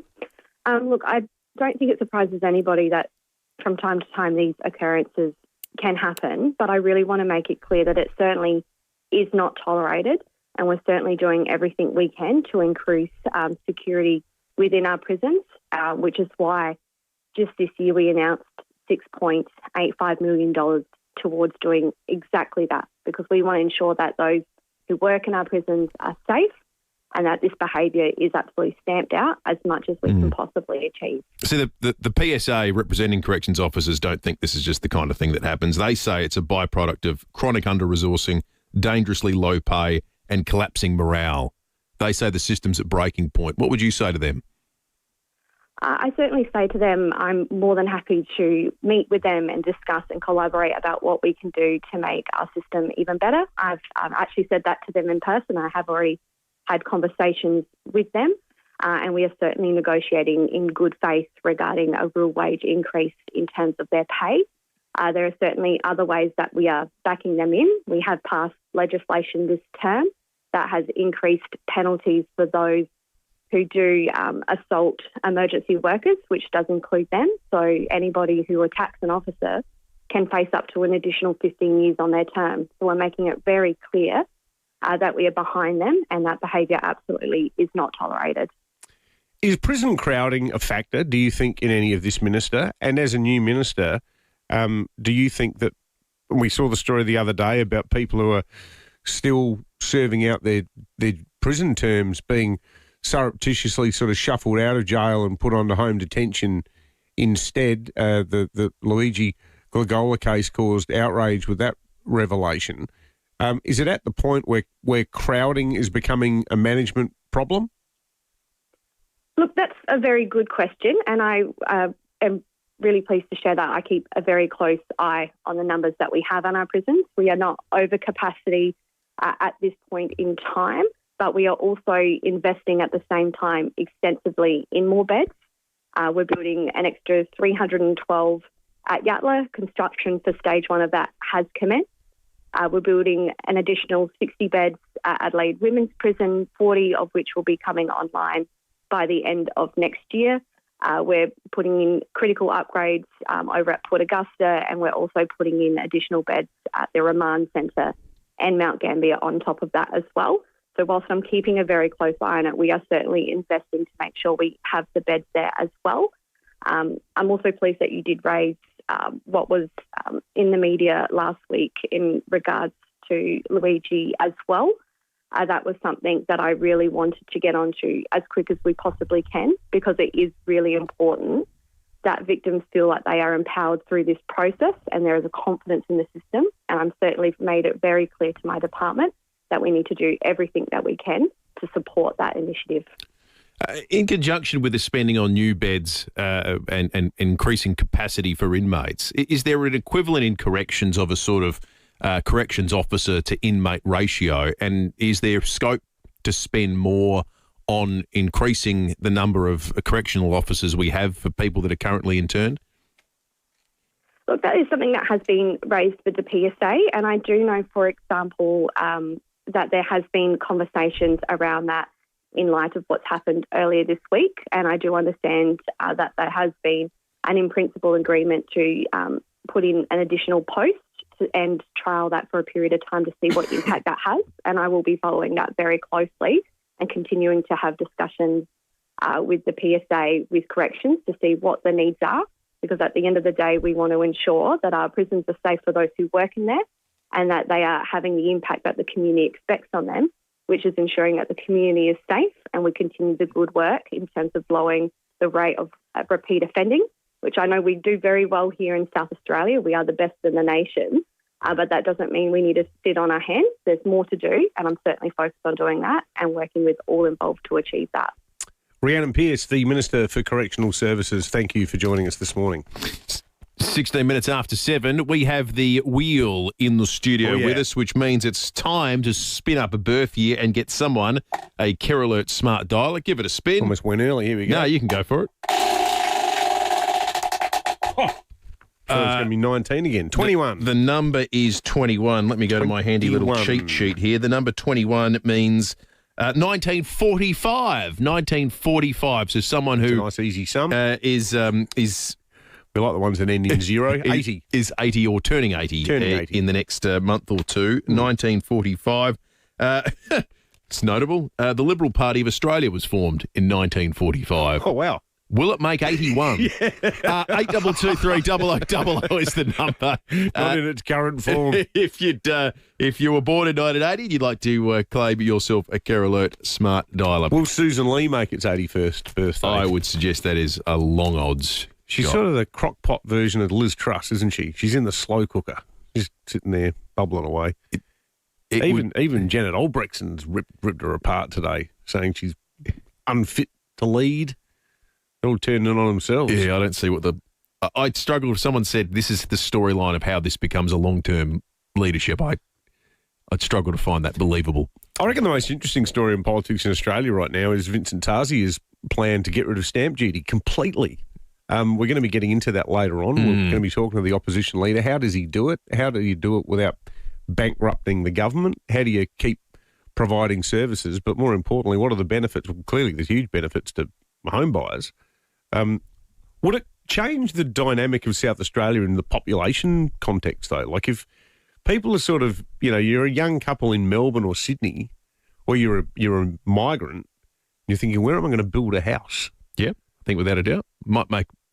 But yeah... Well, it would make us a population magnet, would it not? Quite possibly. How does it fit in with that part of... the news poll that came out yesterday showed that Australians across every single voting bracket want fewer people. How does it sit with that? Are they most... when people hear that question, do you think they're responding to the thought of internal or external migration? I think part of it because you could both have no stamp duty, make this a more attractive place to live, and have the federal government tighten the reins on immigration. Like all those things can happen at once. Yeah, that's true. So we'll get into it. It's an interesting story after 8 o'clock. Traffic, get an outfit that will stop traffic at a great price with Peter Shearer Menswear. Morning there. A couple of crashes to look out for if you're about to grab the keys and head to work. Got a Carvey truck at Mansfield Park, Hanson Road near Grand Junction Road. Monterey Heights, another collision there. Golden Grove Road near Milne Road. Starting to get busy South Road Mile End. Pattern normal this time of the morning. And slow going Brighton Road, Glenelg East too. Cameras, Pelling Avenue, Edinburgh and Whites Road, Paralawi. Fantastic Furniture's Black Friday sale is on. Over 8,000 deals across sofas, beds, gaming and more. Shop in-store or online today T's and C's apply. Adelaide's most accurate traffic on 5AA. The most frustrating thing about having your car repaired after a collision can be the wait. Sometimes months. At FIVEAA Panel Services, the wait is one thing you won't have to worry about. We've expanded our workshop and our highly skilled team. It means we're better equipped to deliver an outstanding outcome for you and your car. RAA and MTA approved, FIVEAA Panel Services work with most insurance companies. So ask for FIVEAA Panel Services and get back on the road sooner. Here's an important air conditioning tip from Morford Air. Never give your teenagers control over the aircon remote. Your energy bills could go through the roof. Instead, for summer, set it around 21 degrees. It's the most energy efficient temperature. And if you turn it on early, before the teens are out of bed, your system will have less work to do, keeping your home cool all day. When it's too hot or cold to bear, reach for the Morford Air. morfordair.com.au. Morford Air. At Holistic Care SA, care is just the beginning. They focus on building capacity, helping people with disability develop the skills, support and confidence they need for independent living. Holistic Care SA helps our clients make sense of their NDIS plans, understand your options and connect with the right services, not just the available ones. But sometimes doing the simple things and getting out of the house is all that's needed.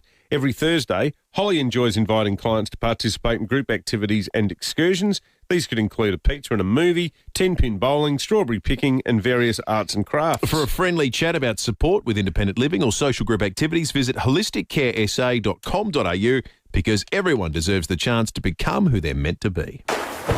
Summer's on the way. Beat the rush and organise your Walco pool blanket now. Keep your pool clean, warm and reduce evaporation. Uncover the savings with a Walco pool blanket. Visit walco.com.au. Australia's cheaper home batteries program is here, and it's your chance to save thousands on a new home battery system with NRG Solar. With up to 30% off a battery installation, NRG Solar can help you claim rebates worth up to $18,500. Whether you're adding a battery to existing solar or starting from scratch, this is the moment to say goodbye to your power bills for good. Visit nrgsolar.com.au or call 1300 858 160 and get ready for lower bills and real energy independence. It all started in the back shed. Maybe it started early or late.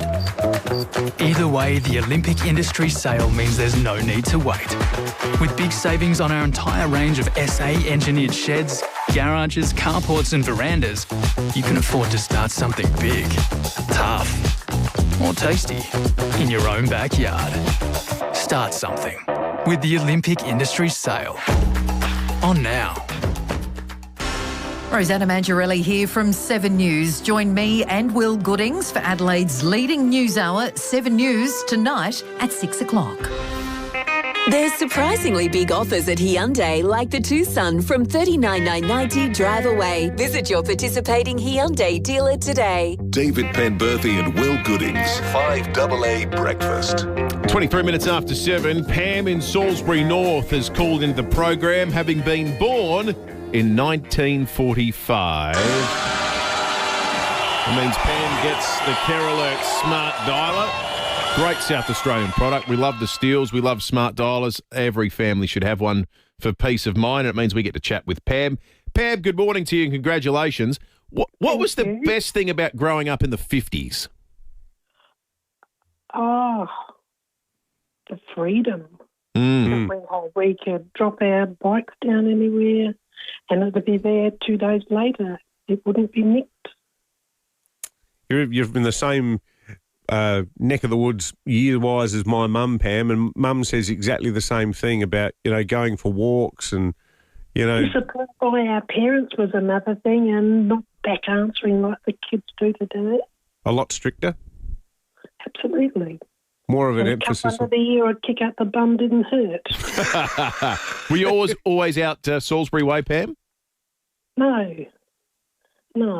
I was at Single Farm before my husband passed away, and then I downsized when he passed in 2010, and yeah.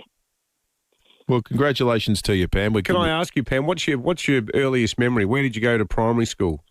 Millicent. Millicent? Oh, down in the southeast. Yes. And you grew up down that way? For the first 7-9 years of my life, yes. What a lovely place. What did your to spend family do childhood. down in the southeast, Pam? My father worked at the cellulose, Okay. which later became Kimberly Clark. Yeah, the paper people. No, it didn't. Absol was Kimberly Clark. Cellulose was on the other side of the road. Yeah. Prior to that one, I think it might have been after that, Carr's Bakery delivering bread in a van and a wicker basket. Well, Pam, thank you for sharing some of your memories. It's nice to get to know a little bit of your history, and congratulations to you that you've got the Carolet Smart Dialer coming your way. Pam in Salisbury North, having been born in 1945. There was a pretty unsavoury incident that played out at Andrews Farm. We did the vision of it on 7 News last night, and unfortunately our next guest was right at the centre of it, a road rage incident that frankly you need to see to believe. Cindy Thorogood was behind the wheel of a car that was rammed off the road by someone who was upset about something she did that remains to this day a mystery to Cindy. Cindy, good morning to you. Morning, how you going? Well, good, thank you, Cindy. So walk us through what actually happened. I was basically driving home from the corner shop and I heard this toot and I looked back and there's this guy who was very close behind me. I checked my speedo thinking maybe I was going a little bit slow and he was a bit irritated, but I was doing the speed limit. Within a couple of seconds, he was tooting me very aggressively and then he hit me from behind, just a little nudge. And I went to pull over because obviously he'd hit me and he overtook me and then just swiped me off the road. You're kidding? Yeah. Were you out of the car when you got swiped or were you still sitting in the car? No, I was actually still in the stages of pulling over. Wow. So, yeah, and I had my mother in the car with me. So, yeah, we were very shaken. Where were you exactly? On President Avenue in Andrews Farm. Right, okay. Yeah. And this bloke, no one's seen anything of him since? He just vanished? Yeah, we've only got the footage that was shown last night on Sunday. So that was lovely of one of the neighbours to help us out with that. So we're basically hoping that someone can recognise him and come forward. My God. And he just took off. I honestly thought he was going to stop, but no, he just took off. Did he say anything to you? Did he shout anything, or was he still in the car? Just beeping. I couldn't hear him. I could see that he was very angry because his car was so close behind me. I couldn't see his car at all. Like it was, when you look back in your revision mirror and you think, wow, this person is really close. Well, you must have been shaken up. How's your mum too? We were both very, very shaken and probably for a good week afterwards. I'm still not a fan of driving, to be honest with you, but you have to go on with life, can't you? So, and Mum's all right. She's shaken, but she's all right. Geez, there's some psychos out there. Yeah, just ridiculous. Unbelievable. What's going on in their lives that they have to react like that to something? Even if you did hypothetically change lanes or do something to annoy them. Yep. Like, what normal person reacts like that? What normal person damages their own car and someone else's? That's just totally insane to me. Yeah, well, someone is particularly unhinged. That was just unhinged. And it could have been worse, as you said, Cindy, last night. Yes. You had to swerve to avoid hitting a light pole that was there. Yes. Unbelievable. Remarkable. Sorry to hear that you've had concerns about getting back on the road, Cindy, because you did, from what we can see, absolutely nothing wrong. You just crossed paths with this unfortunate creature. Thank you for talking to us. Yeah, that's right. No problem. Good on you, Thank Cindy. you very much. Cindy Thorogood. Creature's the word. Cindy's pit's the right point. Like, presumably this person gets so upset because of, let's say it was the potential for them to be in harm's way or have their car damaged, and they react by purposefully damaging their car. I mean, that's the behaviour of, like, they're dumb animals that wouldn't. There's a logical flaw there, isn't there? But that there has shows to be drugs or something involved. No, I don't think there does. Well, there might be. Do you think? No, I actually think it's a sort of certain mindset, and it's probably a bit like the whole broken windows policing philosophy, where if you jump a turnstile, you've probably broken other laws too. I think it goes to people feeling like they're not in control and that they want to control every aspect of their life, and that if someone does something that they feel affronted by, it's like an attack on them. So there's this weird screwed up principle somewhere in their brain that makes no sense. But, I mean, if it's like I'm in a hurry to get somewhere, so someone's cut me off, so I'm in a hurry. So being in a hurry, I'm now prepared to stop my car, get out of the car and go and tap on the window of a complete stranger to have a fight with them. Like, there's zero logic to any of it. Yeah. But it happens all the time. It's just ridiculous. And you know what happens so often? Blokes do it to women. Yeah. Real heroes, real tough guys out there getting into female a mum driving with her mum in the car. Yeah. Tough guy. Still thinking about a sea change? Think Oakford Homes in Counter Bay. New stage released and selling fast. A variety of block sizes available in a friendly community with brand new low maintenance homes plus the beach close by. Affordable packages, no surprises. Move in now or invest for the future. Fixed price turnkey packages, flat land ready to build. Don't miss out. New stage now released. Visit our display village at Encounter Bay. Oakford Homes, a statement of quality. oakfordhomes.com.au.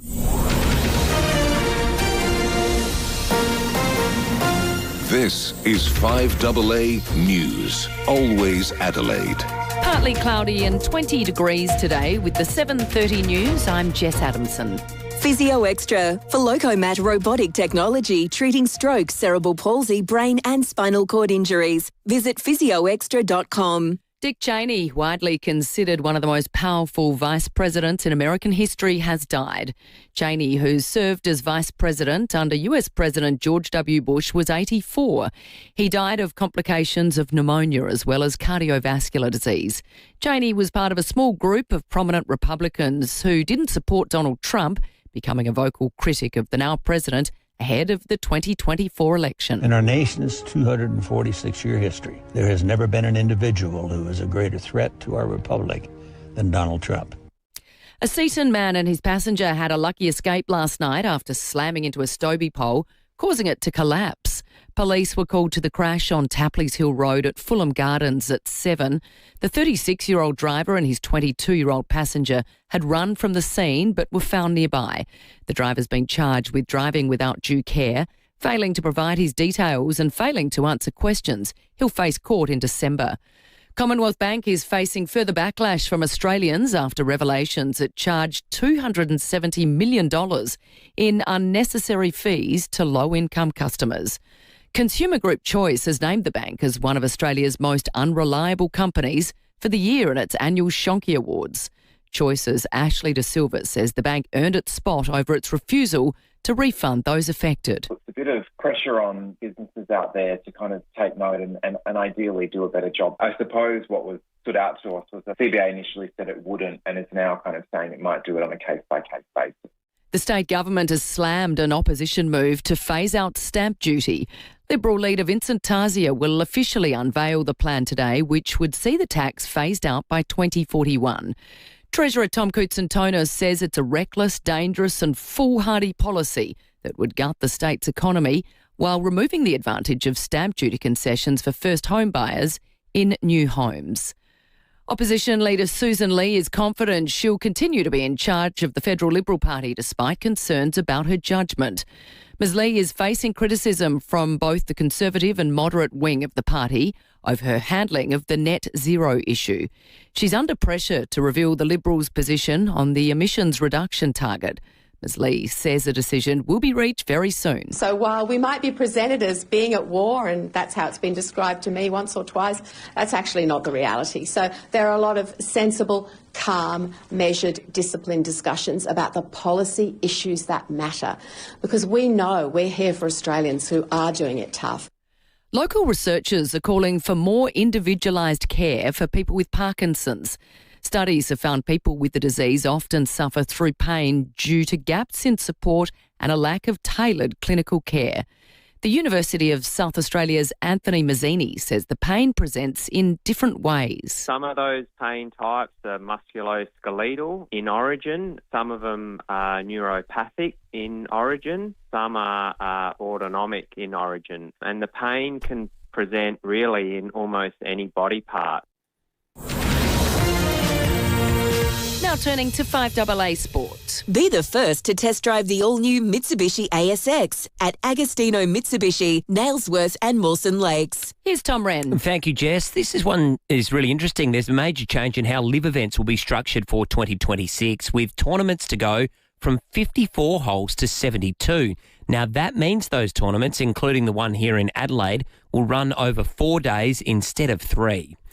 Racing stewards say Half Yours didn't need treatment for bleeding from the mouth after winning the Melbourne Cup. The 5-year-old gelding was inspected by vets. Stewards say there was a cut in the horse's cheek. Buckaroo, which finished last, had a pulmonary hemorrhage. The Australian T20 team has arrived on the Gold Coast ahead of Thursday's Game 4 against India. With the series currently locked at 1-1, spinner Matt Kuhneman says he's expecting an explosive start. The game's changing rapidly. You can sort of tell with the players like how Timmy Davey went about it. Just goes hard from ball one, like I said. So, I think taking wickets is crucial for both teams in the middle order. Full-time in the European Champions League, Arsenal has defeated Slavia Prague 3-0 on the road. Napoli and Eintracht Frankfurt finished at 0-0. A stack of other games are currently at half-time. Tottenham 1-0 up against Copenhagen. Liverpool and Real Madrid are locked at 0-0, while Bayern Munich leads Paris Saint-Germain 2-0, but Munich have just been reduced to 10 men. And that's the 5AA Sport. Thanks, Tom. Now checking 5AA traffic. Get some support at home with ACH Group, because a little help can be a big help. Morning there. A couple of bingos to look out for on the drive. One a carving truck at Mansfield Park, Hanson Road near Grand Junction Road. Another crash at Modbury Heights, Golden Grove Road near Milne Road. Getting busy at the moment, South Road, Karata Park, both directions, and slow Brighton Road, Brighton. Cameras, Goddard Drive, Salisbury Park. And I did see another one earlier. Where was it? Oh, here it is. Whites Road, Paralawi. Mazda's 2025 plate clearance is on now. Don't miss incredible drive-away deals across select 2025 models. Price to clear and ready to move. Adelaide's most accurate traffic on 5AA. Now the 5AA forecast. Staycation for a vacation? Stay with CMAX. Visit cmax.com.au to sign up today. Partly cloudy and 20 today, 26 with a shower or two for Thursday, 22 for Friday with a shower or two, cloudy and 18 for Saturday. Right now it's 14 degrees on 5AA, always Adelaide. It can happen at any time, more often than you think. Suddenly, through illness or accident, you could lose the capacity to manage your financial or personal affairs. What happens next? Who makes medical or health decisions? Who controls the family trust? From the simplest to the most complex wills and estate plans, Donlan Lawyers will answer your questions and help carry out your wishes. For wills and estate planning, visit donlanlawyers.com, Hindmarsh Square, Adelaide, and Ocean Street, Victor Harbour. G'day, Alan Gray here. Speaking mechanic to mechanic, we all know that when you're looking to load up your rig or to do some off-road exploring, the right suspension is crucial. It dictates how much weight you can carry, what you can tow, and how safe and comfortable your ride will be. At Terrain Tamer, our range of GVM upgrades, parabolic springs, smart coils and fortified shock absorbers will get you there and home again without a hitch. To find out more, go to terraintamer.com. In this cost of living mess, you know what really gets people fired up? Paying a tradie a call-out fee before they've even lifted a finger. You're already under financial pressure, and before anyone even looks at the problem, bang, it's $150 just to show up.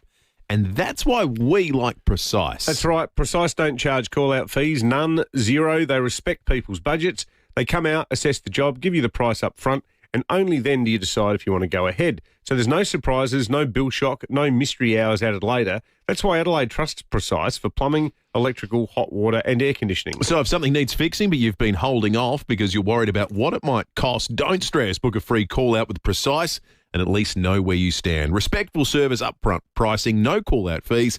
That's Precise. Call Precise on 8152 6740 or visit preciseservices.com.au. Your old hot water system can drive as much as 40% of your energy bill. Fortunately, you can upgrade to something that's 70% cheaper to run thanks to Right Price. They're the leaders in heat pumps and installation. Now's the time to upgrade and save money on a more efficient hot water system and take advantage of government incentives and free installation. Reduce your energy costs today with a heat pump from Right Price. Make the switch with Right Price Hot Water. At Right Price. Heating and cooling, you can get the price right at Right Price.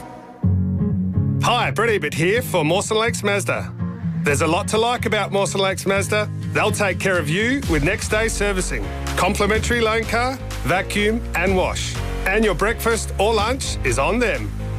Your car gets the love too with their state-of-the-art service centre, brimming with top-trained mechanics. At Mawson Lakes Mazda, they'll look after your car and look after you. Mawson Lakes Mazda, just a short drive from the city. There's surprisingly big offers at Hyundai, like the Tucson from $39,990 drive away. Visit your participating Hyundai dealer today. David Penberthy and Will Goodings, 5AA Breakfast. 20 minutes to 8. I think we should do this here. There are great comeback stories in history. You might recall Steve Jobs fired from Apple, and then he came back to turn the company into the juggernaut it is today, some 12 years later. George Foreman, former boxing world champion that retired, came back at the age of 45 and became the world champion again. Winston Churchill was a joke of British politics, led the country through the Second World War. Dare I say it in case Terry's listening? Old Lazarus with a triple bypass. John Howard. I would argue in Australia, not since John Landy stopped to pick up Ron Clark during the 1956 mile championship have we seen a comeback story like that of Stephen Rowe and his Melbourne Cup predictions on Monday morning. Here are my 4 horses. If you box trifecta these, you might be around the mark, and let's hope you are. So 14 is half yours. I love Buckaroo in the Everest. It came second. This is a great horse. 21 River of Stars. It's the French horse. It's trained by Chris Waller, and he's always around the mark. The top weight, our Riffer, I put in there 1. So 14, 2, 21 and 1. Stephen Rowe had half yours in Ace Trifecta that was pilloried by all and sundry. Everyone who listened to this program, I mean, it was picked apart by our punter listeners who said he mentioned races that some of those horses never run in. Some of them weren't even horses. He picked a winner. Some of them, look, he had Stephen Rowe on the record actually picked a winner on Monday, and the man was pilloried for it. People were saying he was going to be playing Can You Feel It, stymieing the chances of half yours from even finishing the race. Well, vindication for Stephen Rowe. An apology. Yeah, we do. Rowie got it right. It's time to go around the courts with Sean Fuster on 5AA Breakfast. Big edition of Around the Courts because it's been a busy time in our court. Sean Fuster is the chief court reporter at the Advertiser, and so much of that time, Sean, has gone to the processing of one massive story, the Anom messaging app developed. It was by our own intelligence service and the FBI, wasn't it, Sean? That's correct. That's my understanding of it. Look, to be honest, I'm playing catch-up with this a little bit as well. When the original Anom busts or Operation Ironside busts happened a few years ago, it was covered by my colleagues. So to be tagged in on this for what might be the busiest day in South Australia's courts, perhaps not the biggest day, that's yet to be seen, but I'll explain why in a minute, but certainly to be tagged in for the busiest day and be catching up on all of this on the fly was a pretty intense experience, as you say. So, Sean, we had the Deputy Commissioner, Linda Williams, on the other day about this. It sounds like all the legalities around the Anom app have been ironed out, have they not? It is, yes. The problem with Anom, so to speak, was that it was brand new technology. It was something that had never been done before, where we live in a world where we're used to things like surveillance devices, listening in on phone calls, wiretaps, bugs, things like that. But to have a purpose-built app created where alleged criminals thought they were speaking in secret, speaking in encryption, speaking undetectably, but indeed all of that information was going straight to law enforcement who were watching it, recording it and using it to build cases, was a brand new place to be operating. Defence counsel wanted to argue it was entrapment, that old idea of, you have to tell me you're a cop before you start speaking to me, things like that. But the High Court, which is the authority in this country when it comes to new pieces of legislation and new ways to interpret the law, said, no, this is a new version of an old concept. There's nothing wrong with it. Kick on, which meant that the original wave of Anom cases will all now go through to trial, and it appears to have triggered this new wave of arrests. What stood out to you in court, Sean, about? Was there anything that linked these people beyond their use of the app? Any common characteristics? Or it's such a huge cohort that got processed over that period of a couple of days. Absolutely. Look, the couple of things that came to mind for me were, number one, the number of suppression orders that needed to be put down because of the number of people that were coming back for a second, third, and in one case, sixth allegation arising from the Anom app. So there were a lot of what I'll call repeat customers in the allegations. The other thing that struck me, though, was how many were brand new. It gave me the impression, and this has yet to be worked out over time, so don't hold me to this, but the impression that I got from it was that the first wave of Anom arrests were the heads of the pyramid, if you were, in the police and prosecution allegations, the big fish. And this time around were the remaining allegations against those alleged big fish, but a lot of smaller alleged fish as well, people who were allegedly customers of drug syndicates, people who were allegedly drivers of drug syndicates, people who allegedly played a smaller but still pivotal role and therefore were being picked up now because the High Court has ruled that, yes, Anom is bona fide in terms of being used as evidence. So there's more confidence for police and prosecution to actually pick these people up because they believe they'll be able to secure convictions on the evidence. Hey, Sean, can I ask you a question without notice? I was reading the report the other day about the final parole hearing set down, I think, from memory for December the 3rd into one of the Snowtown killers, Jamie Vosakis. What's the rationale for holding that sort of all behind closed doors? I would have thought that's a case that is hugely in the public interest in South Australia. So that was the argument that myself and a lawyer for several other media organisations had the benefit of putting to the Parole Review Commissioner, former Supreme Court Justice Michael David. We had an unprecedented hearing about this, Pambo. Never before has the Parole Review Commissioner actually opened his doors and said, come on in and make the argument and tell me why you think this should go against normal legislation. Back, if you cast your mind way, way, way back to the beginning of this segment, we used to talk about the bikie laws and how the bikie laws had a phrase in them that said the court must do this, the court must do that. And the High Court would later rule that the word must was constitutionally repugnant. You can't tell a judge or a court what they must do. Well, the Parole Act says that parole hearings, and particularly parole review hearings, must be heard in private. And of course, Michael David is no longer a judge, and the parole review is not a court in any way, shape or form. So that word must, can and will compel him. So the Commissioner was of the view that he can't go against that. The legislation gives him no room. And as the result, the media has no right to sit in that hearing. Instead, because Michael David is one of the most genuine people walking the space of this earth, Michael David has said, we'll hold the hearing in private. And then the legislation says that I have jurisdiction and discretion over how much of my decision I release. So he said, my release of my decision will likely be more fulsome than just publishing, yes, I overturn the parole, or no, I do not overturn the parole. So we'll get an insight into his thinking, yeah. That's right. My reasoning will be in there. But he did caution and say, however, the reason that my judgments are normally kept confidential and very short is because they deal with matters private to not just the parole applicant, but also victims and survivors of crime, family members, and all sorts of other people. He said, so while it will be more fulsome, don't expect it to be everything because I need to make sure that I do right by all of those people. No, good on him for doing that because it's an improvement on the normal level of public access to that information that we normally get. And I suppose, too, it explains how you managed to, well, he rather gave the permission to the Attorney General to even outline the government's qualms about the proposed release of Vosakis, which was your story too. That's right. Well, look, Michael David is well aware that we are in an unprecedented situation here where we may be the only place in the world that's prepared to parole a serial killer. That's still something that needs to be sorted out and will be the subject of debate for a while. But the public, he understands, needs to know and understand exactly why his decision goes whichever way it does. Look at Mark Ray Hayden. When Hayden was paroled, everyone lost their minds. We had all sorts of bizarre allegations being made by other media sources. The simple fact of the matter is, once the public heard what was being done to parole Hayden safely, some of the public odium went down. Some of the temperature went down in that discussion. You may not agree with it. You may continue to disagree with it, but at least your opinion is informed. And I think that's what Michael David's looking to ensure happens with Vlassakis. Great analysis, as always, Sean.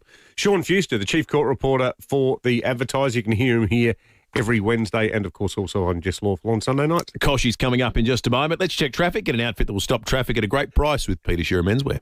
Thanks, Will. At North Adelaide, reports of a smash at Melbourne Street at Brown Place, but not too many delays through there. Quite busy already this morning. Port Road at Hindmarsh heading into the city. Pretty sluggish South Road at Karata Park near Anzac Highway. Kind of normal this time of day. And look out for those works at Prospect Regency Road near William Street.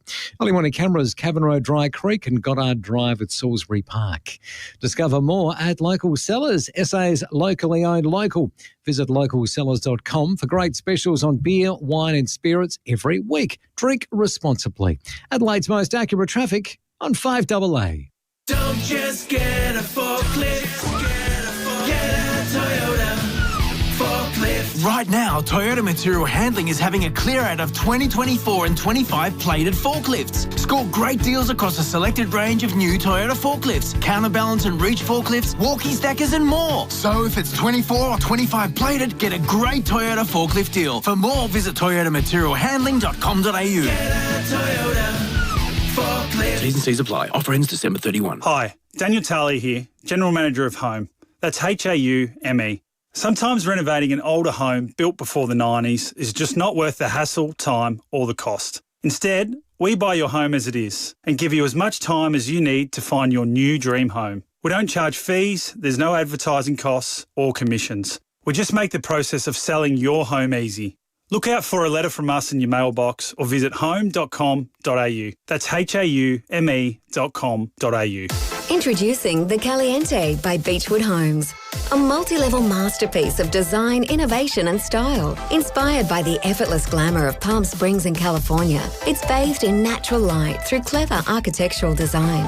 At its heart, a stunning 6-metre island bench anchors a kitchen that's as beautiful as it is functional. The Caliente is open for viewing at 10 Simon Crescent, Craigburn Farm, Saturdays and Sundays 1 to 4:30pm. Life's good. It's even better in a Beechwood home. Oh, geez, it's hot in here. Can someone pass the Morford air? Oh, that's better. When the temperature is too hot or cold to bear, reach for the Morford Air, Adelaide's own homegrown family air conditioning company. Morford Air has kept South Australians perfectly comfortable for over 50 years. So when it's too hot or cold to bear, you can always reach for the Morford Air. Look for the bright blue building at 602 Marion Road or visit morfordair.com.au. Morford. Would you like to enjoy a meal without having to worry about heartburn, bloating and other uncomfortable indigestion symptoms? Caruso's Indigestion Ease Probiotic to the rescue. Caruso's Indigestion Ease Probiotic relieves and helps reduce the occurrence of indigestion symptoms. It also relieves heartburn and supports digestive system health. So if you're fed up with indigestion and heartburn, try Caruso's new Indigestion Ease Probiotic today. Comes with money-back guarantee, now available at leading pharmacies and health stores. Always read the label and follow the directions for use. Received an expiation notice or instant loss of licence? Facing a licence disqualification or suspension? Your next move matters. I'm Ben Thilthorpe from BTD Lawyers, recognised in Doyle's Guide as leading traffic lawyers. We'll guide you through the legal process and fight for the best possible outcome. Book your obligation-free consultation today and speak to us before you do anything else. Barbary Thilthorpe Daniel Lawyers, Adelaide's trusted traffic law specialists. Visit btdlawyers.au. 5AA Breakfast is streaming live right now. To watch, simply head to 5AA on Facebook or YouTube. There's surprisingly big offers at Hyundai, like the Tucson from $39,990 drive away. Visit your participating Hyundai dealer today. David Penberthy and Will Goodings. 5AA Breakfast.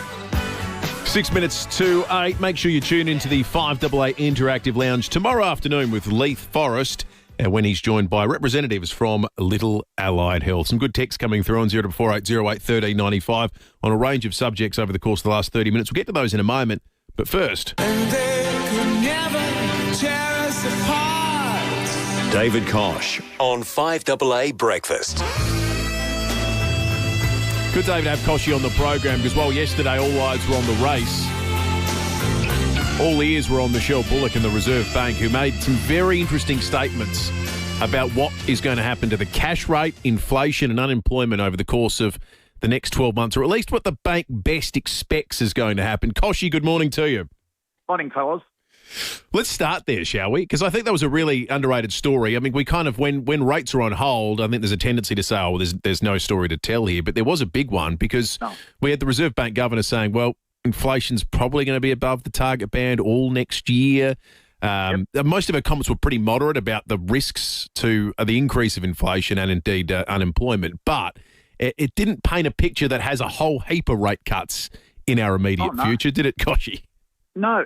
If anything, like we said last week, this could be as good as it gets, and the next movement in rates could be up. Now, there's probably the most important chart to come out of yesterday's Reserve Bank pack was their new forecast on inflation.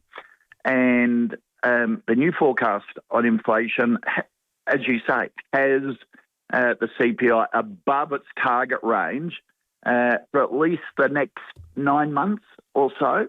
So if that's the case, there's no way they're going to cut interest rates over that period. And last week I also pointed out that there's one caveat to that, and that's unemployment. The Reserve Bank only has two jobs: keep inflation down, keep everyone in work. And if there's a spike in unemployment, well then, like there has been, a weakening in the workforce, like in America, inflation is above what the Federal Reserve would want in America, but they're seeing lots of layoffs of big companies, so they cut interest rates. That could be the same case here. But the other chart to look at was their reforecast on unemployment, and the forecast just goes up from 4.3 to 4.4%. So they're not expecting a spike in unemployment, so no reason to cut interest rates at least until the second half of next year, if ever. So what you see is what you've got for quite a while. Because do you think that governments are being let off the hook when it comes to their role in driving up the cost of everything? Absolutely. I was watching the press conference yesterday, Michelle Bullock, who I really rate. I reckon she's really good. And she was asked a question, what's driving inflation? And she said, well, it's an increase in demand for things. And she used an example of a tradie. How hard is it to get a tradie at the moment? You can't get one. And, of course, that means they can put their prices up because they're a rare commodity. I wish a journo had followed up and said, well, is that because of record government spending that those tradies, instead of working on building sites and around houses, are being lured into infrastructure and renewable energy projects? Because government spending, both federal and state spending, is at record levels. It's at the same level as it was during the pandemic when governments had to spend to keep us out of a depression. Now it's business as usual in the economy, and they should be cutting back on all those sorts of things and taking demand out. I reckon you're absolutely spot on. We were just even quantifying at the local government level. Like, there's three things underway at the moment. $60 million being spent on a very controversial Jetty Road upgrade. Now the Adelaide City Council wants to spend $30 million tarting up a few bike lanes on Hutt Street. Campbelltown Council wants to spend $60 million building some Grand Poobah Taj Mahal Civic Centre out there. A lot of this stuff's being done with federal grant money as well. Like, there seems to be this sort of bottomless pit mentality. Meanwhile, the average punter's being told off for spending too much on clothes and the occasional holiday. Exactly. And Michelle Bullock specifically pointed out the increase in council rates, up 8%, which is driving inflation. Yeah, so exactly. Not only are our councils, spending government grants, they're actually spending our ratepayer money and increasing rates double, triple the inflation rate. Yeah, absolutely. Great stuff as always, Koshi. We'll chat again soon. David Kosh, Port Adelaide Football Club Chairman and Compare the Market Economic Director. A minute to 8, 5AA News coming up. Breaking at 8 next. If you need to fix your pipes, call Precise. Call Precise. If your toilet's blocking up, call Precise. Call Precise. If your lights aren't turning on or your hot water is gone, or a plumber or an electrician, call Precise. Precise. Precise Plumbing and Electrical. Call 1300 700 200. That's 1300 700 200. For fixed price services, call Precise. For a plumber or an electrician, call Precise. Call Precise. Renovating your bathroom, kitchen or laundry is exciting. It's the bit after that's annoying. Cleaning and scrubbing mould out of grout. Well, if you choose Mr. Wet Wall now instead of tiles, you'll have a lot less to do later. With Mr. Wet Wall, there's no grout, just a stunning, smooth surface that's stylish and 100% waterproof. It's quicker to install, so it costs less, and there's zero mess. So why wouldn't you? Mr. Wet Wall. MrWetWall.com. The very latest news and information. This is 5AA News. Always Adelaide. Partly cloudy and 20 degrees today with the 8 o'clock news. Good morning, I'm Jess Adamson. Hands you can trust and state-of-the-art facilities. Physio Extra, tailoring care for you. PhysioExtra.com. A Seaton man's been arrested and charged after slamming into a Stobie pole at Fulham Gardens last night. Police and emergency crews were called to Tapley's Hill Road just after 7, where they found a badly damaged Holden and a collapsed Stobie pole. The occupants of the car ran off but were found nearby. The 36-year-old driver has been charged with driving without due care, failing to provide personal details and failing to answer questions. Neither he nor his 22-year-old passenger were injured. He was bailed and will face court in December. A polarising former US Vice President has died at the age of 84. US correspondent Reid Butler. Dick Cheney is considered by many to have been the most powerful vice president in modern American history. He was also the quintessential Republican for decades on the ticket with George W. Bush. He redefined that vice president role between 2001 and 2009. But he also ended up being one of the most vocal critics of Donald Trump and even voted for Kamala Harris in the last election. Cheney was the architect behind the United States' controversial war on terror after September 11, but he maintained he never had any regrets. Cheney died surrounded by family from complications relating to pneumonia and cardiac and vascular disease. The nation's spy chief has issued a stark warning about our national security. ASIO Director General Mike Burgess says at least 3 foreign nations are willing and capable of trying to assassinate a perceived dissident on Australian soil. He's told the Lowy Institute we've never faced so many different threats at once. 2 more online platforms will be included in the federal government's under-16 social media ban.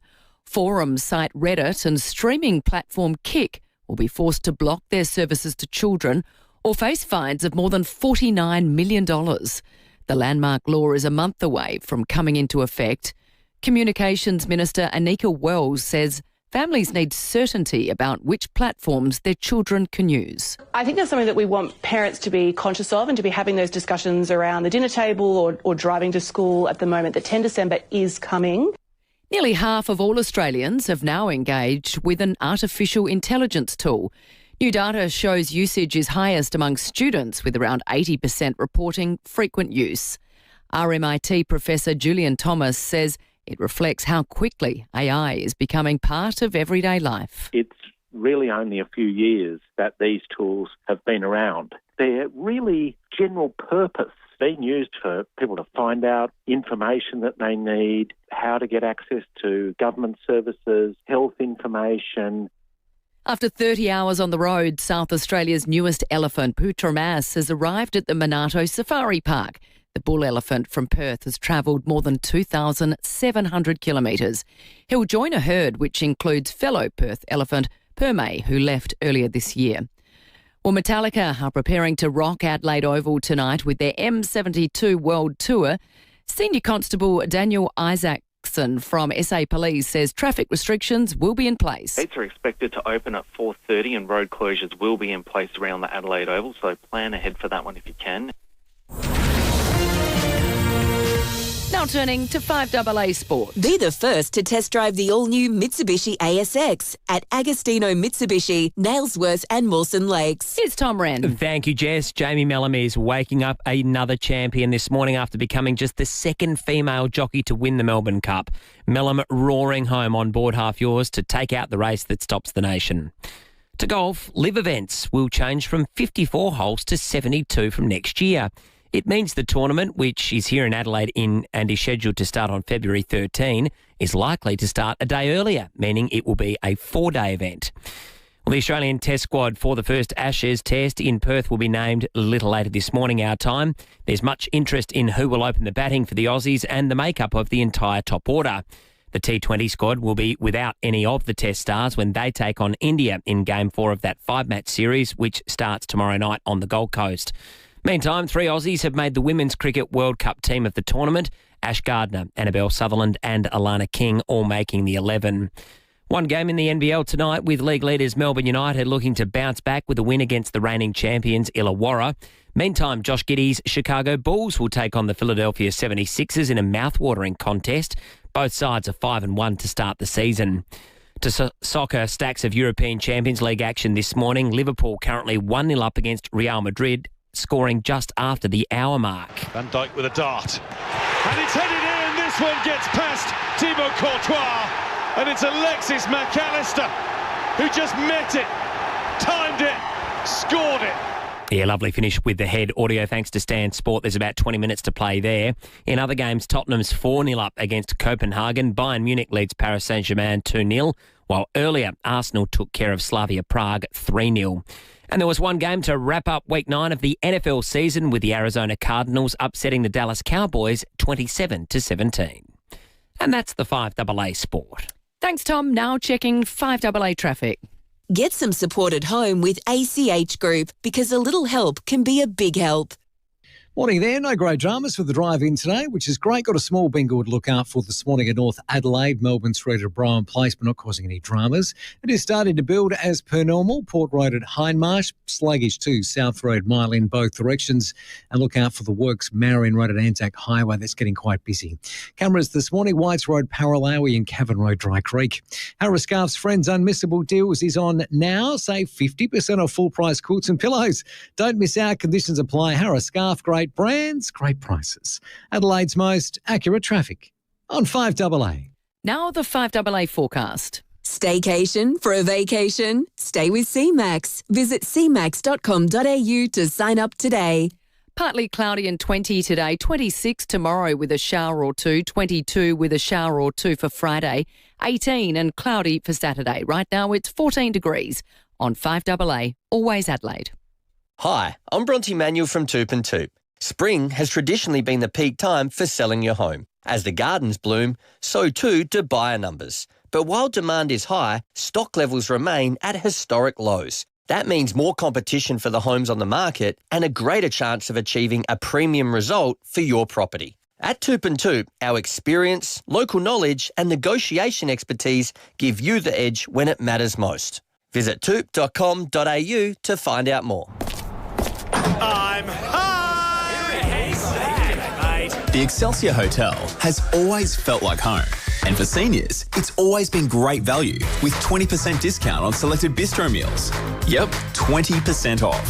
Feeding the whole family? Bring them all Saturday or Sunday for live acoustic music from 5 p.m. And kids eat free. Some conditions apply. The Excelsior Hotel feels like home, but better. You just know it's a Barreau Hotel.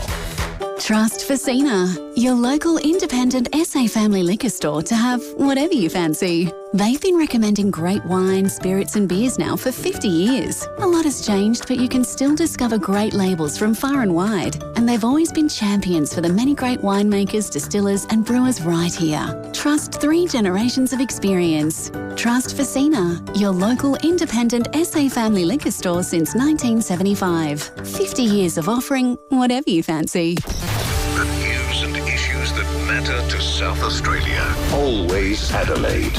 This is 5AA. There's surprisingly big offers at Hyundai, like the Tucson from $39,990 drive away. Visit your participating Hyundai dealer today. David Penberthy and Will Goodings, 5AA Breakfast. 9 minutes after 8, Breaking 8 coming up very shortly, as is the leader of the South Australian Liberal Party, Vincent Tarzia, who's going to be on the program, talking about their new stamp duty policy, a plan to phase it out over the course of the next 15 years. Think big. Exactly. It is a big picture policy. And then after that, the Premier is going to join us, Peter Malinowskis, on the show. There was an Algal Bloom update late last week that had a bit of a green shoots feel to it. Are we reading too much into it? We'll get the Premier's take very, very shortly. Reddy just had an interesting tidbit in the 5AA News a moment ago. Good news for Live Golf fans. Live have just announced in the last couple of hours that the 2026 season of Live Golf will now move to the traditional 72-hole format. As opposed Is that right? As opposed to the 54 holes. So it's an extra day of golf. Someone texted in about that earlier. So they're going to move to 72 holes. It would appear from the outside looking in that they've done this because they want to align with traditional golf, because they want to start doing things like having their tournaments count for ranking points so that people can get on the Live Golf Tour and then qualify for major tournaments and so forth. They tried to get that up previously and didn't have any luck. That would appear to be part of it. They say it's part of evolving the sport. They're still going to do the innovative things like shotgun starts and the teams component, but they're going to go back to the 72-hole format, which means an extra day of golf. I wonder how Grange Golf Club members feel about that. Yeah. If you're a Grange Golf Club member and you want to... That's one less day I get to play. Let us know your thoughts. They're extracting one extra day of blood from the stone at the Grange Golf Club. Love to hear your thoughts, either they're on the record or off. 8223 0000, or text us on the text line 0448 08 1395. Well, it's one of the greatest stories in the history of South Australian sport. The remarkable ride yesterday by Adelaide's Jamie Mellom on a South Australian horse, half yours, owned by a whole bunch of excellent South Australians, including our next guest, Darren Thomas, who is, of course, the Chief Executive of Thomas Foods International. He must be walking on a cloud at the moment. Darren, good morning. Congratulations. What a day. Oh, thanks, guys. It still hasn't really sunk in. It's really surreal. Such a special moment, such an honour and a privilege. And, you know, for Jamie and Calvin and Tony and all their teams to achieve something like that, it is really amazing. Has horse racing always been a passion of yours, Darren, or is it something you came to later in life? How did you get into it? Probably a bit later in life, but maybe through sport. As most footy clubs enjoy a bit of a bet or two. But I think my mother said I went to Oakbank when I was about 6 weeks old, so maybe that's where a bit of it rubbed off or something. But no, it's something I do enjoy. It's a great sport. Met so many people and so many friends through it. And yesterday was just a special day with that South Australian connection. Did you ever, or were you starting to feel cursed at all, Darren, when it came to horse racing? You had 3 runners in 2019. You had a 4th place in 2021. Did you think maybe it was never going to happen? Well, I mean, particularly going back to, was it 19, when I think I finished 20th, 22nd and a DNF. So, no, look, you just got to lap it up. As I said, it's just an honour and a privilege, and to share it with my father-in-laws and the horse and a few elder gentlemen that I know, and it's just a special moment. But yeah, you dream of it, but for it to actually happen is, like I said, it's surreal. Well, it's such a hard race to win. Like, so many things have to go right. Correct. And this goes to Tony and Calvin and their team. That horse has been in training a long time, and you never really know. Is it one more run? Have they had enough? And it was quite a deep race. There's some very well performed international horses, and all credit to the team. What about Jamie's ride too? That was astonishing. Oh, she's just incredible. I mean, if you look at her early days, and I think Max said, her days in Adelaide, horses just run for her. And I don't know whether people really appreciate it. I just watched the race last night, the small gaps, but those jockeys, they're putting their lives on the line every day of the week, and, the courage, but just horses run for her. She's a rare talent, and it was just so special, I think, for her to win that race yesterday, and well-deserved. Big night last night.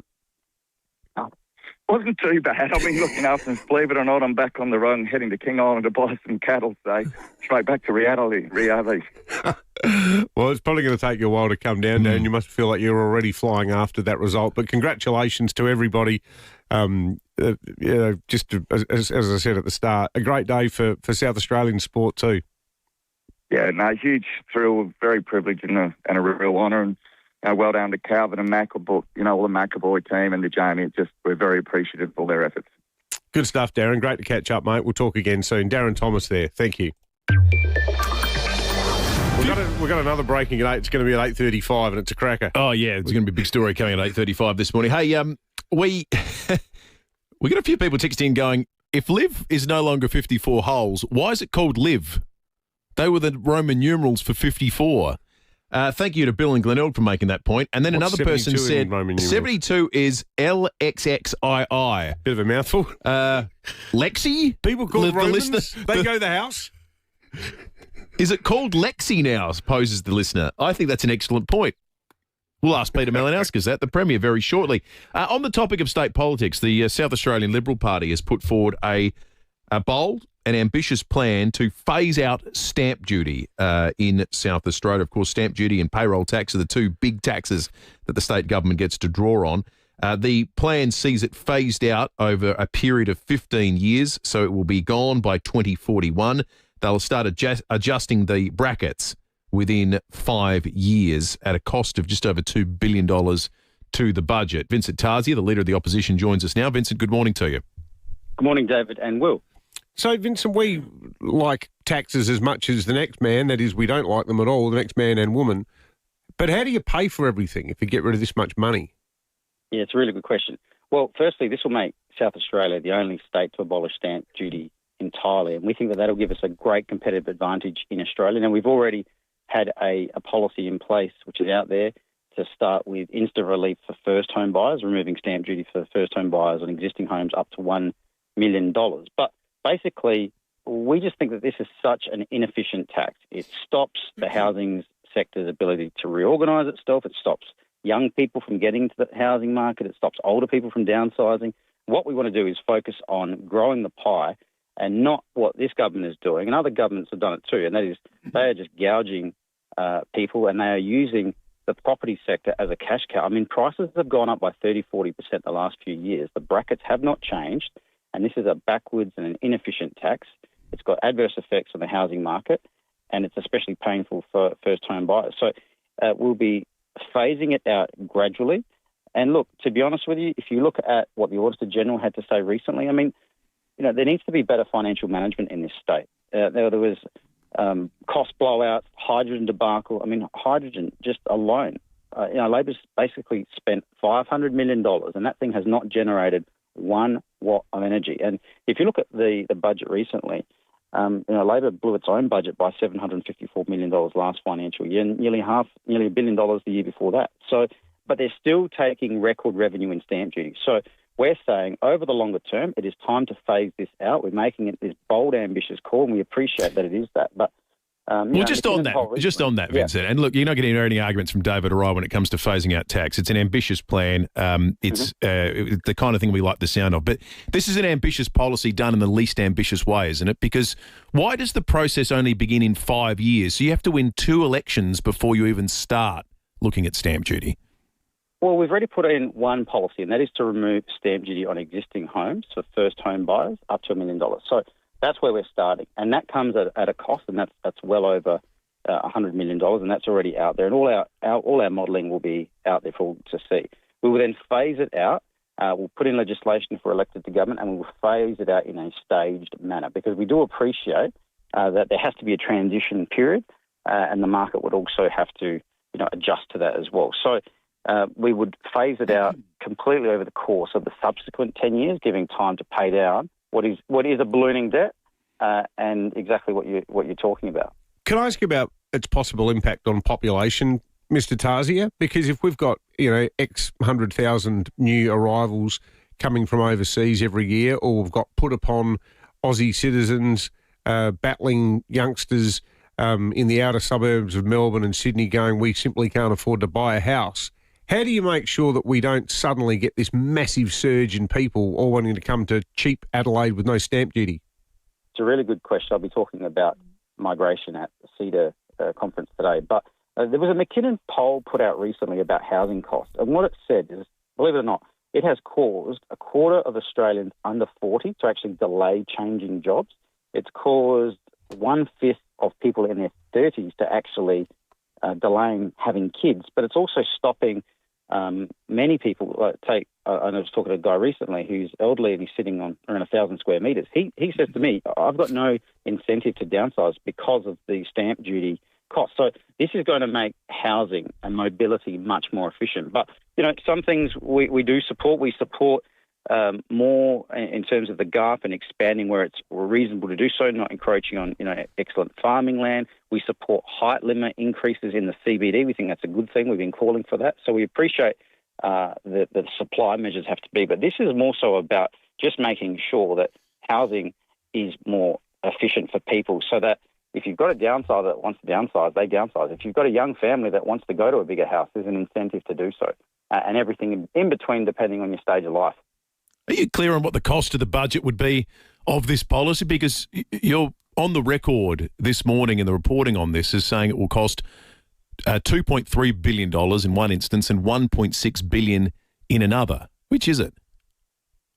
Well, the $2.3 billion, I believe, is stamp duty and other taxes. The $1.6 billion in regards to homes, that's what we'll be weaning off. Now, people have asked, what would you do in terms of, the financial duties and things like that? What I'm talking about specifically is stamp duty in respect of property. But of course... So in 2041, the hit to the budget would be what? Well, that's what we would phase out gradually. So the initial period, which is the 4-year forward estimates, we've already said over $100 million, and that's for existing homes, first home buyers, up to the value of $1 million. And that costing will be out there in the usual way. Then what we're saying is we would bring in legislation and we would phase it out in a staged manner. We would start with the brackets and then we're creating this. So what would that be in 2030 then when you start the bracket shift? What would that cost the budget? Well, that's what we would certainly put out in the lead up to the election in the usual way in terms of our costings. I'm just So do you know what any of the costs would be with regard to this policy, or is that all still just to be determined? No.